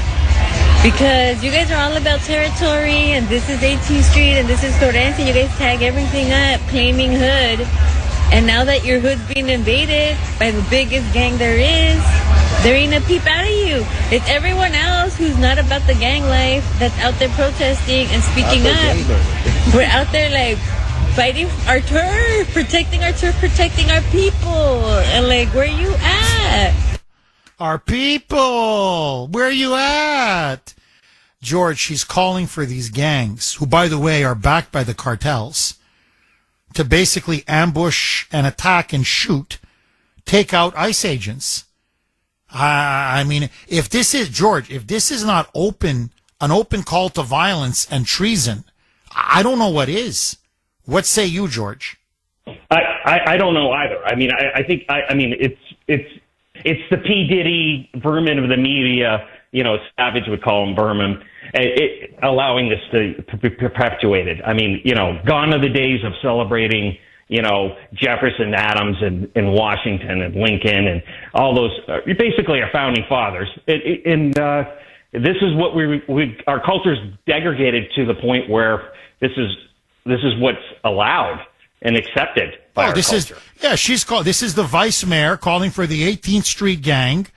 All of them, most of them are illegals, tied to MS-13, tied to the Mexican drug cartels. She's saying ambush them. Protect your turf. Ambush them. Take them out. 617-266-6868 is the number. Joe in New Hampshire. Thanks for holding, Joe, and welcome. Hi, Jeff. Thanks for taking my call. How are you? I'm good. How are you, Joe? Good. This is the first time I've ever gotten through to you. Welcome, Joe. I really Welcome. enjoy your show. Thank you, Joe. I enjoy your show.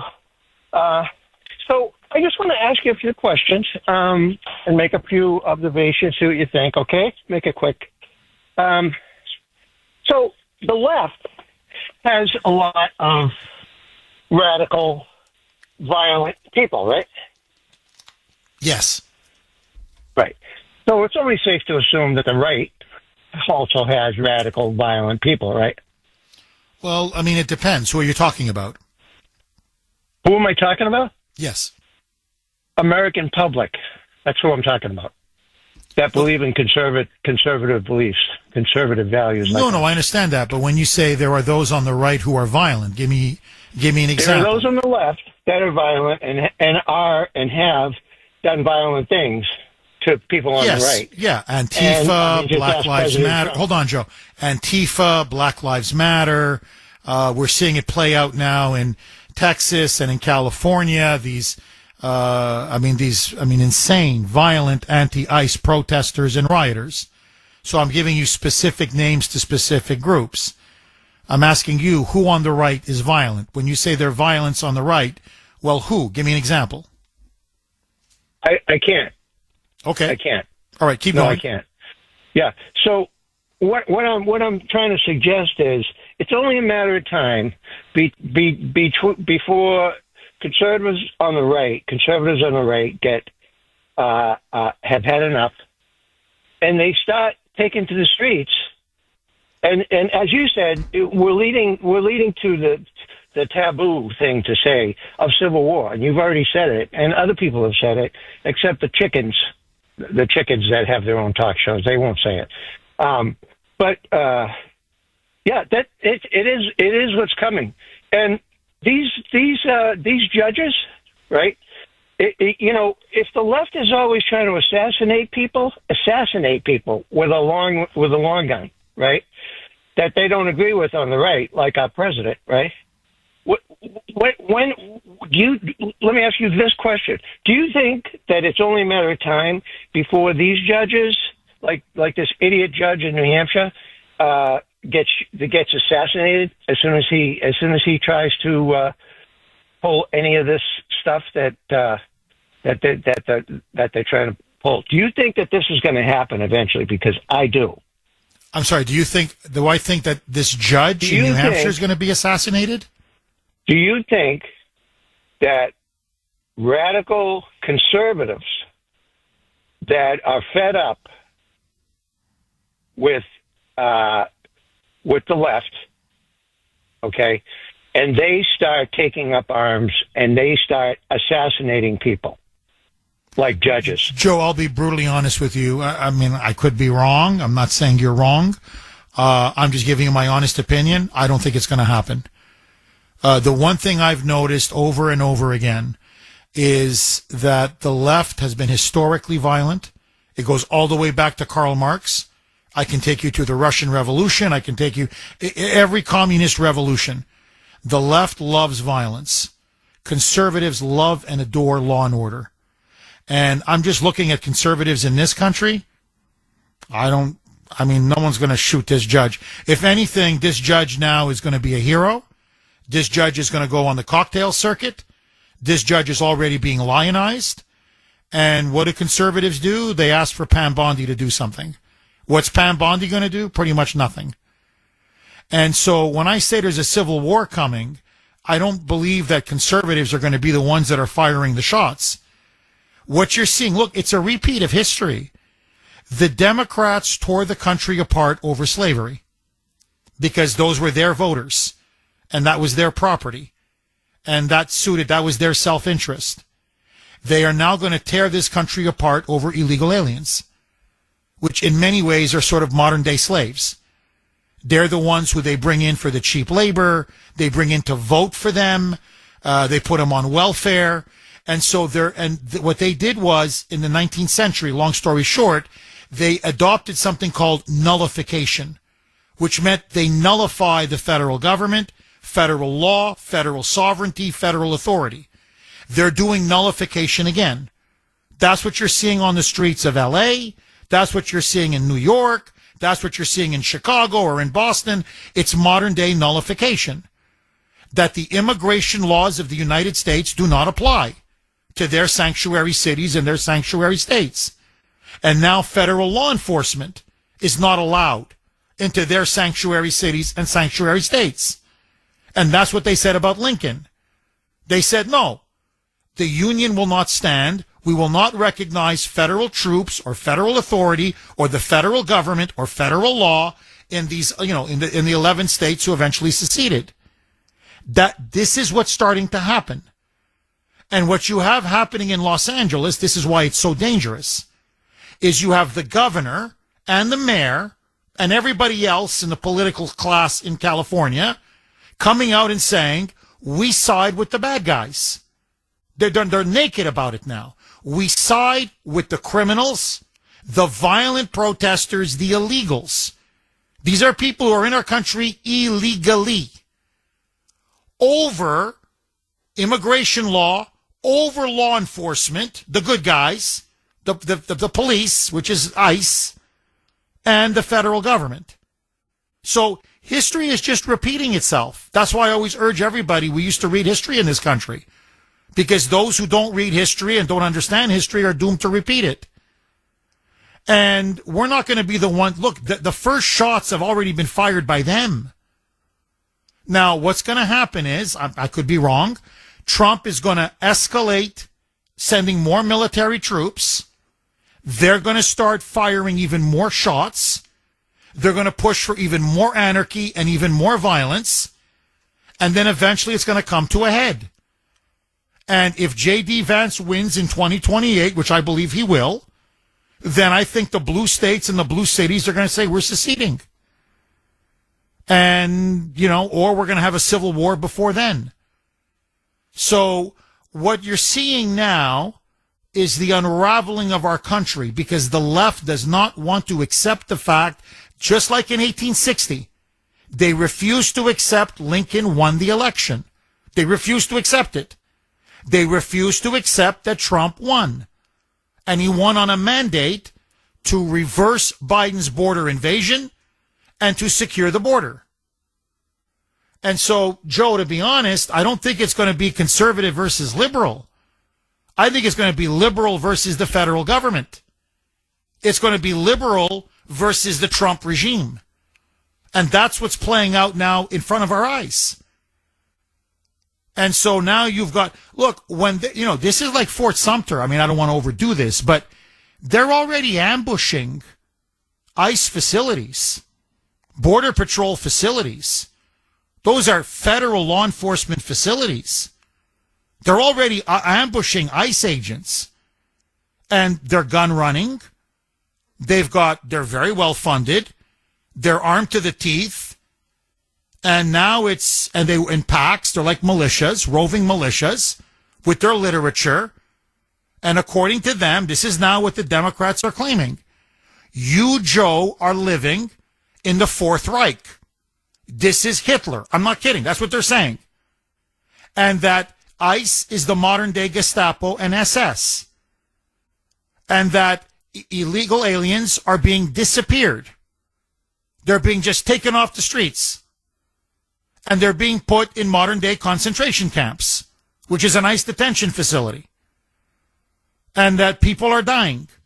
So you have a moral obligation to resist. 617-266-6868 is the number.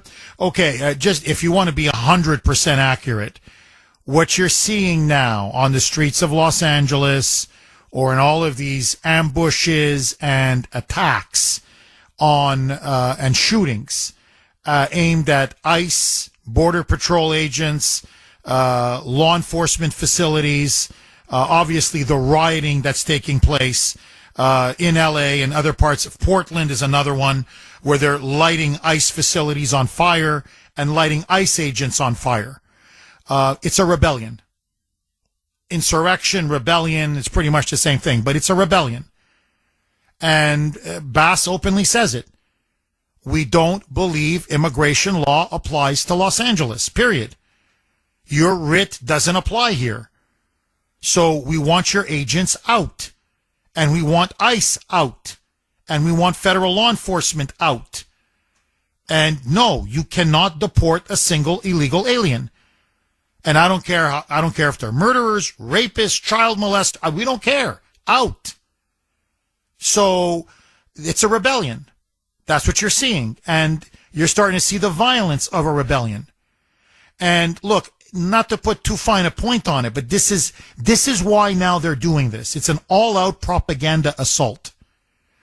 When you keep saying that you're living now in a fascist country and that ICE is disappearing people, in fact, non-white people, which is a lie, but it doesn't matter, that they're just in masks, like a paramilitary, grabbing people off the streets, and then God knows what do they do to them, or putting them in concentration camps.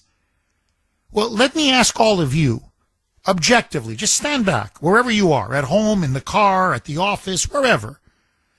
If you were living in a country in which now a Nazi dictatorship had taken over, and they were now grabbing people off the streets because of their race, and suddenly they were being murdered, and there were mass graves all across the country, and they were setting up the modern-day equivalent of Dachau and Auschwitz and Treblinka, concentration camps, where people are being thrown into the gas ovens, and thousands and thousands and eventually millions and millions of innocent people are being slaughtered. What would you do? What's your reaction? Your reaction is, obviously, pick up a gun. Of course it's pick up a gun. You have to wage partisan warfare. Now, the Democrats and the media know this. And that's why they're playing this game. They're disappearing people. They're putting them in death camps, concentration camps. This is torture, mass murder. They're screaming fire in a crowded theater. But then to cover themselves, they go, well, we don't believe in violence. Yeah, but you keep lighting the fuse. Now, they know what the inevitable reaction is going to be. And this is what's happening now. You're inciting people, you're lying to them, you're inflaming them, as you did under Russia collusion. And now you're starting to see the inevitable result. Well, if the Democrats say it must be so, if the media says it must be so, if the mayor of LA says it must be so, if the governor of California says it must be so, I mean, all of these mayors are lying, all of these governors are lying, the New York Times is lying, the Washington Post is lying, CNN is lying, MSNBC is lying, they're all lying? No. And that's why now ICE now can almost not conduct an operation. They're being met now with mass resistance. And increasingly, it is violent resistance. And now we're talking about snipers, AR-15s, handguns. Soon it's going to be bombs. It's inevitable. So who are we kidding? That's why I always say this about conservatives. This is their biggest weak among many. You never counter the freaking narrative.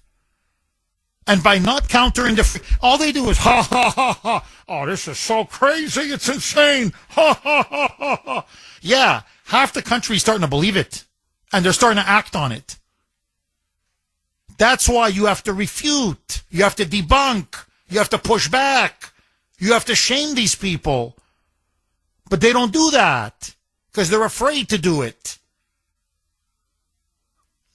Now, I want to read something to you. To sum it all up, the enemy is within. Okay? The enemy is within. And they're getting bolder and stronger by the day. Now, I want to read something to you. Our founding fathers, very quickly, were great admirers of the Roman Republic. And one of the things that at the time of the founding of America, this is so important, there were great republics in the past, in ancient Greece, in ancient Rome, in Italy, during the Renaissance, like Venice, Florence, some of the greatest republics the world had ever seen. But they were in cities, in small areas, city-states. The question was, could you make a republic succeed, a constitutional republic? And then we're just talking the 13 colonies. Okay, all along the East Coast. I'm not talking about the whole continental United States like today. Could you make a constitutional republic? Could it succeed over such a large territory with such a big population? So they studied and studied and studied all of these great republics and all of these great republic leaders. And one of the greatest is Cicero. Marcus Tullius Cicero. He was a great Roman legislator, one of the great lawmakers ever. He was a brilliant lawyer and a brilliant orator. In fact, the founding fathers studied Cicero. That's why they speak so powerfully and so eloquently. Okay, he's a model. He's considered one of the greatest orators ever in human history. This is what he wrote, or this is what he said in one of his speeches. And I want to read it to you because it is so apt to today. Here's what Cicero said. This was near the end of the Roman Republic when it became an empire.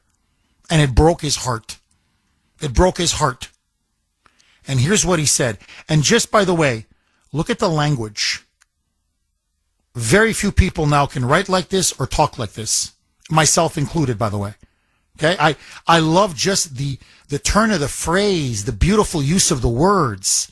I mean, just listen to this. Quote, "A nation can survive its fools and even the ambitious, but it cannot survive treason from within. An enemy at the gates is less formidable, for he is known and carries his banner openly. But the traitor moves amongst those within the gate freely. His sly whispers, rustling through all the alleys, heard in the very halls of government itself. For the traitor appears not a traitor. He speaks in accents familiar to his victims, and he wears their face and their arguments. He appeals to the baseness that lies deep in the hearts of all men. He rots the soul of a nation. He works secretly and unknown in the night to undermine the pillars of the city. He infects the body politic so that it can no longer resist. A murderer is less to fear. The traitor is the plague. I mean, the whole thing is beautiful and true and very powerful, and so eloquent. But that last line, I could never come up with a line like this. This is an incredible line. The traitor is the plague. It's poetic. It's poetry. But we now have a party of traitors, a group of traitors who are now mayors and governors. We now have traitors amongst us inside our country. They allowed the invaders to come in. And now they're not allowing Trump to repel them. And they're more formidable than any enemy at our gate. I'm telling you, pick your enemy. We can beat Iran. We can beat China. We can beat Russia. Take your pick. But look how we're being destroyed from within. The traitor is the plague. 617-266-6868. Jack in Weymouth. Thanks for holding, Jack, and welcome.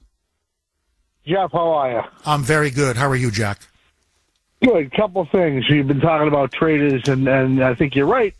But we got to start charging the Karen Basses and the Gavin Newsoms with sedition for not obeying federal law. Frankly, I mean, ICE has a duty under the Constitution, under statute, and everything else. So start putting some of these politicians in the clink and let their lawyers fight it out. You know. And then the second thing is we've got to neutralize the illegals in that they can't vote, they shouldn't vote, so we got to bring back paper ballots and proof of citizenship. Because, Biden, all the work papers the people in Massachusetts, New York, and California gave him, with those work papers come Social Security numbers. So basically, what's the difference between them and citizens? Nothing. With citizenship comes rights and responsibilities. So we got to get them so that they can't vote. Paper ballots can be cheated, but it's a lot easier to cheat electronically. And then start wholesale deportations, even if you have to change the laws in Congress to make it much more clear. And you got to take away their Social Security numbers and their working permits and get them the heck out of here. Or like you said, we're all done. Jack, Trump's people listen to the show. I hope they're listening to this call because you laid it out, I thought, succinctly and brilliantly, perfectly. We've got to crack down on voter fraud. We've got to go back to same-day voting. We've got to go back to paper ballots. We've got to stop with giving them these work permits or allowing them to get driver's licenses, because you're right, then they get Social Security numbers, and then they're off to the races. I mean, once you get a Social Security number, you can pretty much do anything. And they've got to drop a hammer now. It's got to be 4, 5, 6, 7,000 deportations a day. And send in the military. He sent in the National Guard. Send in more troops.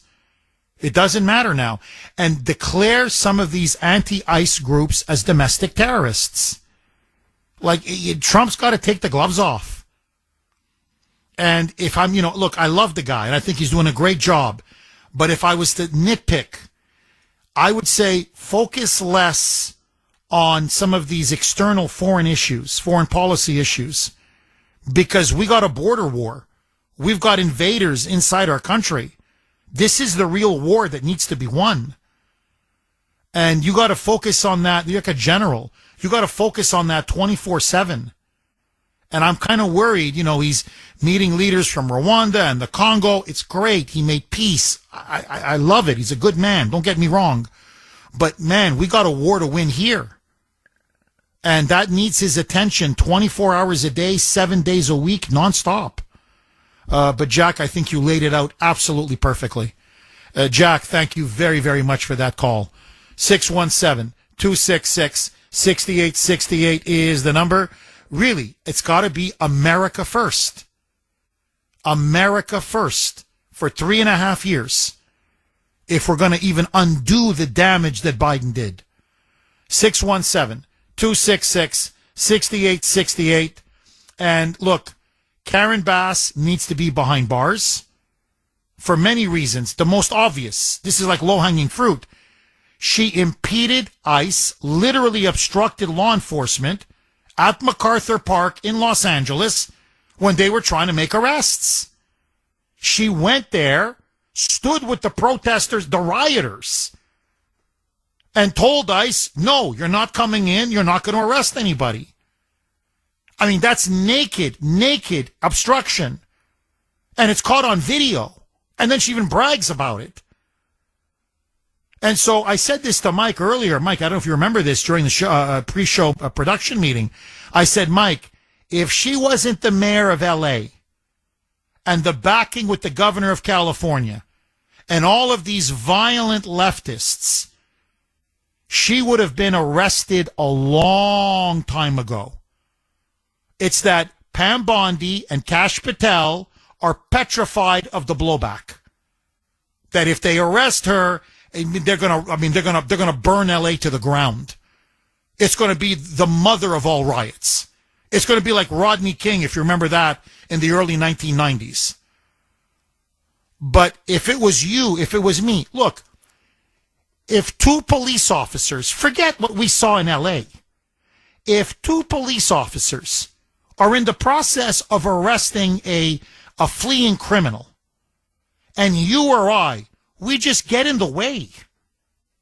We just say, no, I'm sorry, no, excuse me, what are you doing, officer? Get away from him, officer. You're not allowed to do that, officer. You and I are arrested on the spot. And rightfully so. It's obstruction. Bang.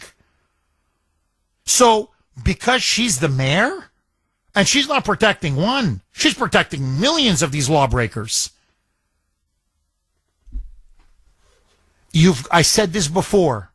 They suffer no consequences. That's why they keep doing it. They never pay a price. Let them pay a price. Arrest them. Throw the book at them. 617-266-6868. Agree, disagree. Paula in New Hampshire. Thanks for holding, Paula, and welcome. Good morning, Jeff. Hi, Paula. I just want to say a couple of things here. Yes. First of all, I knew Judge LaPlante indirectly. Isn't that amazing? And he's a Bush appointee. Who would think? I knew him back in the early 2000s. And who would think that he would do something like this with birthright citizenship? You come to this country illegally, you have a baby, you are illegal, the baby's illegal. I'm tired, and I'm going to tell you mostly all your listeners are going to say the same thing. We're tired of paying for this. Us senior citizens can't retire because all our money went to all these non-government agencies, and we're paying for people who don't belong in this country. The thing with Karen Bass, arrest her already. The military is the only way out now. I've heard this for so long, and now it's coming to fruition. The military is the only way out. I love my president, and I kid to everybody. I broke my kneecap over the winter because I went to take a Trump sign off my lawn in February, and they said I took a knee for my president. But you know what? The only way out is the military. When I've been elected, I took the oath of office, okay? I upheld the oath of office because I am elected. I represented the people. Not this nonsense what's going out here. Enough is enough. We have to take back our country. And why do these people get an AR-15? We're not allowed to have an AR-15 as law-abiding citizens, but these people are. They've got masks. Make them take their masks off. Enough is enough. Arrest her. Go in and seize the state of California and be done once and for all in all of these states that are making a mockery of this system. These people don't belong here. The flying the Mexican flag. If Mexico was so great and you're telling us we stole Mexico, we stole part of Mexico, and we weren't entitled to this country, well, you know what? If you love Mexico so much, take your flag and go back home. Amen. Don't riot in this country. Enough is enough. Take the bull by the horn already. Amen. Paula, drop the mic. Thank you very much for that call. Well, look, to me, that's going to be the most iconic image coming out of the riots in L.A. is that, you know, that hoodlum, that illegal alien who was riding a motorcycle and doing donuts, you know, in this almost like a wasteland in downtown L.A. after they had looted and pillaged and burnt cars to the ground, and there's fire and smoke everywhere. And he's going in a donut with his motorcycle, spinning, and holding up the Mexican flag, waving the Mexican flag. And if you want, you know, the symbol, the image of an insurrection, of a rebellion, this is it.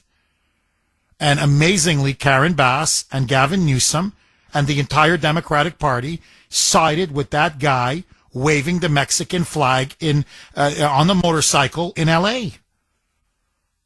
I don't know what else to tell you. Say, you know, some things in life are just not that complicated.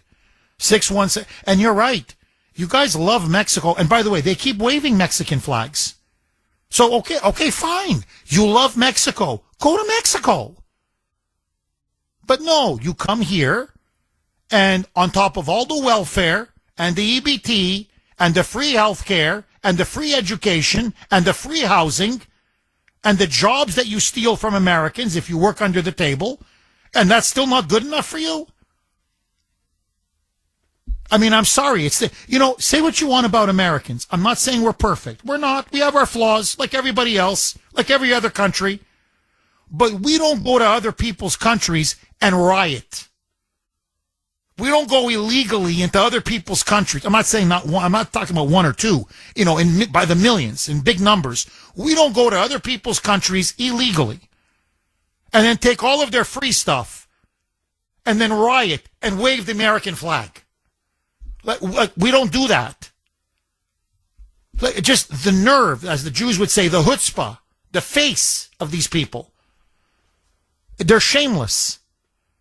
And then to think you're going to have an American mayor side with them and an American governor, Newsom, that clown, side with them, and Hakeem Jeffries and Schumer side with them,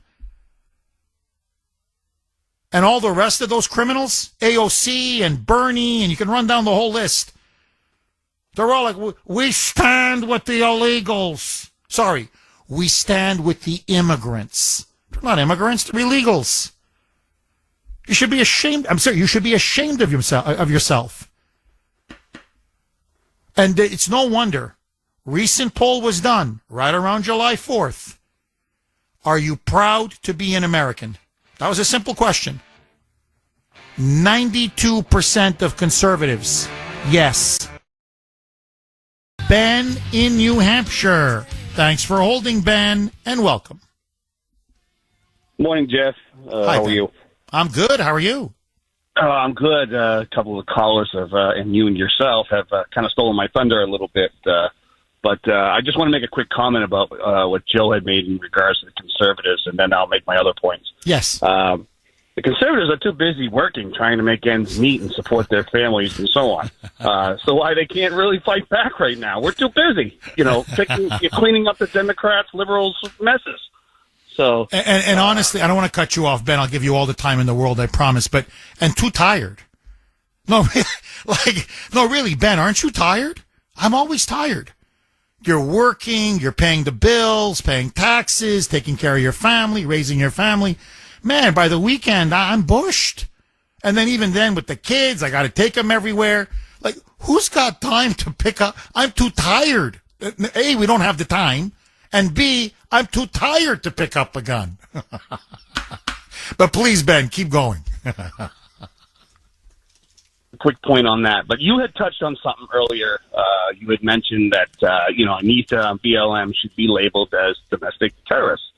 And I think Trump missed an opportunity in his first term to label these groups, because when they were burning down our cities and what have you, those were acts of terrorists. And here we are now. We're being invaded by millions of illegals. That's what they are. They're illegals. Undocumented, I guess, is politically correct. That's how we have to say. But they're illegal aliens here, and they are actively fighting against the American way of life. And we have these liberal politicians that want to stay in the way. Then fine. What the Trump administration needs to do is declare these people as terrorists. And if these politicians want to get in the way, and fine, arrest them, throw them down a Gitmo with the rest of the terrorists, and see how they like it. Let's not be afraid to stand up and defend this nation. I'm a retired military, and it kills me to see what's going on in this country right now. And to think that we have all these illegals coming over and what everybody's talking about, taking everything that's free and then fighting with the Mexican flag, it's absurd, absolutely absurd, and I'm disgusted. If Dan Bongini and Kash Patel and Jane Bowling don't want to do their job, then step down, get out of the way. Let's put somebody else in that position that's willing to do the job and is not afraid of the left. And you're right. We are the greatest military organization in the world. No one will be able to match us or take us out militarily. How we're going to fall is from within. And I believe, if you recall history, Abraham Lincoln, we'll never fall from the outside. We'll fall from within, or something on that line. This is what's going to happen. And you have mentioned it, and the callers have mentioned it. We're on the verge of a civil war. And the lady that called in earlier about, it's time for the military. Yeah, that's where we're at right now. And someone who's also in law enforcement, I hate to see our fellow brother officers and sisters, being shot at, thrown at, because they're trying to do their job. And you have these illegals trying to prevent them from doing it. And here's the other thing, too. I mean, are there people in these organizations and the administrative staff or whatever that are leaking the information? Oh, ICE is going here or ICE is going there? Or do they have people camping out at their headquarters watching people leave and giving threats? I mean, this is just absolutely insane. No, they're leaking. Oh, you're dead on. No, Ben, there's leaks. And these are very dangerous leaks. Because now it's not, it used to happen at the beginning, like let's say 6 months ago, here or there, okay? But it wasn't frequent. Now it's always. Holman is openly complaining about it. So is Kristi Noem. Every raid, it doesn't matter where. Literally, any state, any city, any town, it doesn't matter. There's advance notice. They're tipped off. And now these activists are there even before ICE gets there. And it's so someone is leaking to them. And again, this is deliberate sabotage. But it's not even that these ICE activists are there and say they're protesting and yelling and screaming and shouting and complaining and, okay, fine, still, ICE can go in, they make the arrest. No, now they're blocking them. Now they're spitting on them. Now they're hitting them, punching them, now they're shooting at them. They're throwing projectiles, they're assaulting them, they're rocks, bottles. It's like an intifada. Every time. It doesn't stop now.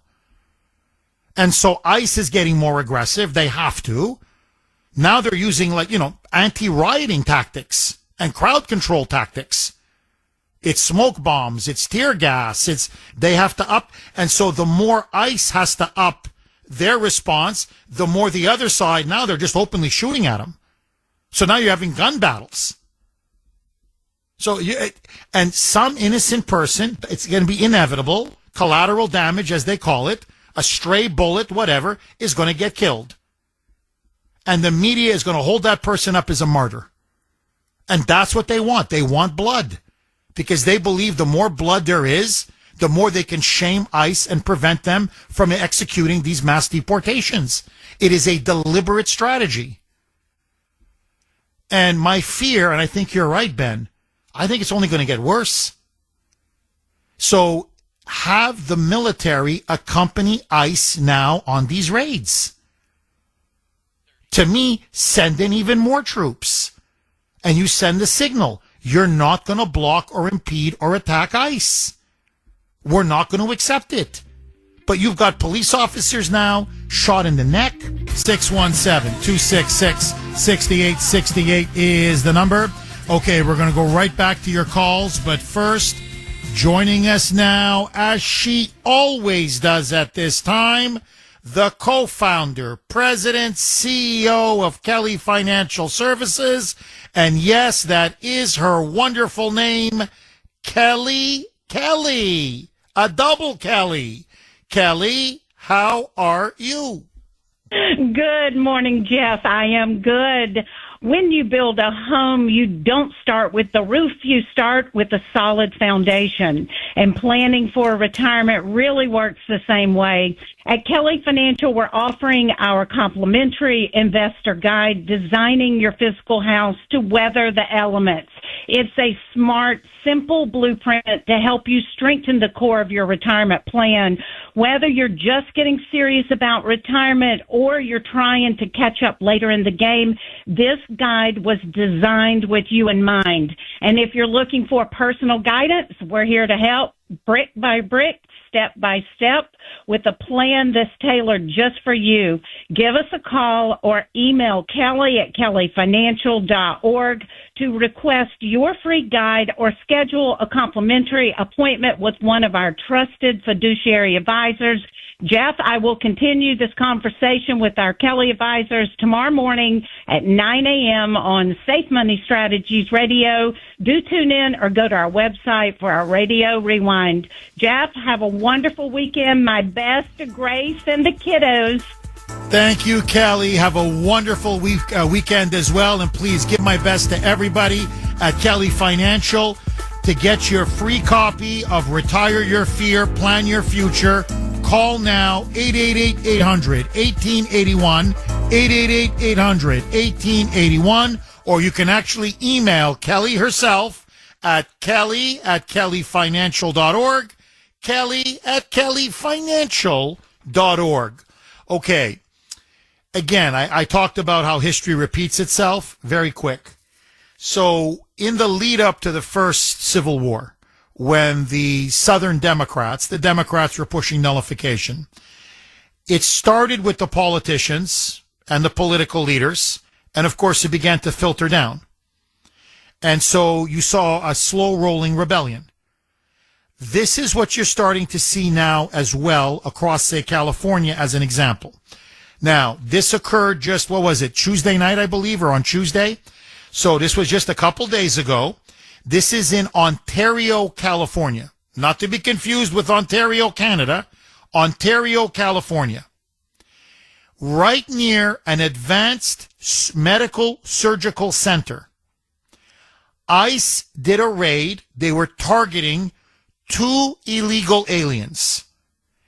And they were targeting them because they are tied or believed to have ties to some of the drug cartels, and were they drug dealing and drug mules, and so the drug problem that's infesting that area. They located one of the 2 illegal aliens who was working as a landscaper. They went to get the landscaper, to arrest this landscaper and begin the process of deportation. This person began to flee on foot, by the way, from Honduras. He's from Honduras. Fleeing on foot. ICE then, of course, pursued. As he went around the corner of this advanced surgical medical center. Now remember, these are doctors. These are nurses. This is staff. There are patients in there. You have no idea who this guy is. He could be an MS-13 gangbanger. He could be a violent criminal. I mean, yes, he's tied to the drug trade, of course. But, you have no idea who this person is. Now, ICE was pursuing him with a bulletproof vest that clearly demarcated ICE, police. It's clearly laid out on their vest. The nurses and the staff dragged They saw this fleeing illegal. They saw that ICE was pursuing. They literally grabbed the illegal and said, come inside. Come inside. This is a private medical center. They won't be able to get you in here. Well, the ICE agent doesn't care, and he wanted to go in. They locked the doors, or the elevator doors. And they said, open it up, open it up, open it up, or we're going to smash it. I'm going to smash it, open it up. So he finally gets in. He then begins to start arresting this illegal. This is now inside the medical center. There are literally patients 10 feet away. The nurses, it's all caught on tape. The nurses and staff literally now impede and interfere with the arrest of this illegal. Yelling, shouting at the ICE agent, saying, where's your warrant? Where's your warrant? Show us your badge. Where's your badge? Leave this guy alone. You have no right to arrest him. Leave him alone. Pushing, shoving, literally trying to get themselves in between him and this illegal alien. Listen now. And by the way, the illegal now begins to resist arrest.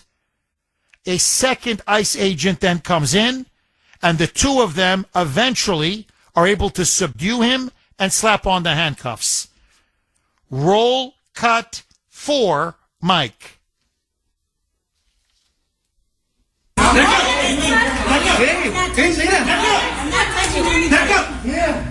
You guys need a warrant to come in here. This is a fucking business.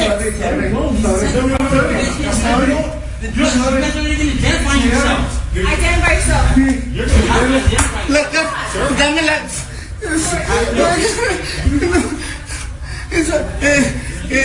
where's your badge? ID? ID? ID? Where's your ID? You're gonna get charged. Where's ID? ID?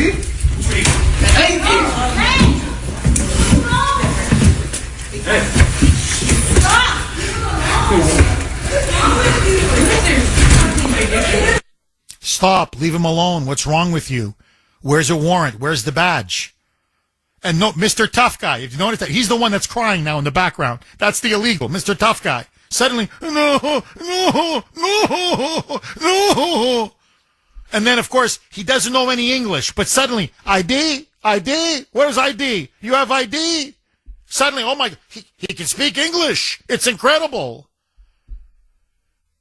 Now, they eventually arrested him. But my point is this. We're talking, these are all women. These are all women. Nurses, staff members at a medical center. This is because you ask them, well, no, this guy's going to be disappeared. This guy's going to be sent. They believe he's being sent to a concentration camp because that's what Newsom and Bass and everyone else is telling them. Now, I'm sorry, but I got to ask the question. Why weren't these nurses and staff members arrested for obstruction on the spot? On the spot. Again, it's consequence free. Now you're going to see even more of this. So it's no longer even just, anti-ICE activists. Now we're talking just ordinary people. These are nurses, man. These are staff members, women. And they're like, no, you can't arrest them. We're not going to let you arrest them. Now, this time they relented. Soon, they're not even going to relent. 617-266-6868. It's a rebellion, and it's starting to spread. Mark in Lowell. Thanks for holding, Mark, and welcome. Hi, Jeff. Hi, Mark. Hey, the reason for my call is, of course, dealing with this illegal immigration issue and everything else. I don't know what what polls to believe and what not to believe, but when I hear that good old Kamala Harris got X% of the vote, and I hear the polls right now saying 80%, it's a one-sided argument on a lot of things. I'm saying it's real close to that's how many, libtards out there that are voting for people like Kamala, and that's only like 20%. And the remainder, as far as I'm concerned, are all illegals. And the illegals, if they're involved in any kind of rioting... Mike, let's go back to Mark in Lowell. Mark, forgive me. You were on a roll. Please finish, pick up where we left off, Mark. Okay, well, anyhow, the whole thing with the voting and everything, I believe, like the polls show of the major issues, that it's a 20-80 thing, and 20% of the vote went to her and 80% went to him. And basically, you know, they were trying to cheat to win. That's why she got so close. But most of it was illegal aliens. And I believe the crowds out there in L.A., I wouldn't be surprised if it's 80-20 and the 20% that's there that are U.S. citizens, in quotes, are paid to come over and, you know, stir up trouble. And so Mark, let me ask you, because you were leading to that point just before we had to break. You said, and the illegals who are protesting, rioting, you said if they're arrested or caught, what do you think should be done to them? Automatically deported. There's no concept of due process to anyone that's not a U.S. citizen. There is no process for that. If you read the Bill of Rights, it says, "We the people of the United States." That means citizens of the U.S., not anyone who came here illegally or whatever. The census is the first step that we allow the Democrats to allow anyone living in the city, which is ridiculous. So anyhow, they all should be deported, and as a matter of fact, should be a military operation, and you get every single one of those people who are wearing masks, demask them, picture them, and put them in jail. If they're U.S. citizens, they get to go to court. The court should be a military tribunal, and just do it that way. Mark, let me push you a little bit further, if you don't mind, because you're making a very interesting argument. Would you argue that, in a sense, and again, look, I back Trump. I think he's right on the border, on this crackdown, on the deportations. I don't want people to misunderstand me. But he's almost fighting a non-war. In other words, he's saying, okay, we're going to deport all these millions and millions that Biden let in and all the others, but I'm going to use ICE to do it, which is the traditional agency or department to do it. What you're saying is, Jeff, this is a border invasion. This was essentially an act of war. So if you're going to repel an invasion, an act of war, you got to call in the military. I mean, ICE is great, but you got to, in other words, use U.S. troops to just start going city after city, state after state, neighborhood after neighborhood, and just start deporting them. Use the military, like a military operation, to round them up, sweep them up, and send them back. Is that what you're saying, Mark? That's at the end of it. At the beginning of it, like when this garbage is happening, like in L.A. and other cities, you automatically outflank everyone involved in this. I don't care if they're a college kid or a high school kid brainwashed to come and appear at this thing. I mean, I've gone through these demonstrations myself, you know, demonstrating for one thing or another. I went to January 6th. I didn't do the Capitol, but I went to January 6th to show support and stuff like that. And basically, I'm not carrying a gun with me for the intent purposes to kill someone. And whoever is carrying these guns, the person next to him who's not carrying a gun is as responsible as that person carrying the gun. If you go to a demonstration, you assume the responsibilities of what that demonstration will do. Interesting. And that's all there's to it. Very interesting. So none Mark, of this stuff. This is a really good call. Really provocative, thought-provoking. Very thought-provoking call. And let me just put an exclamation point on it, Mark, because you're giving us a lot to chew on.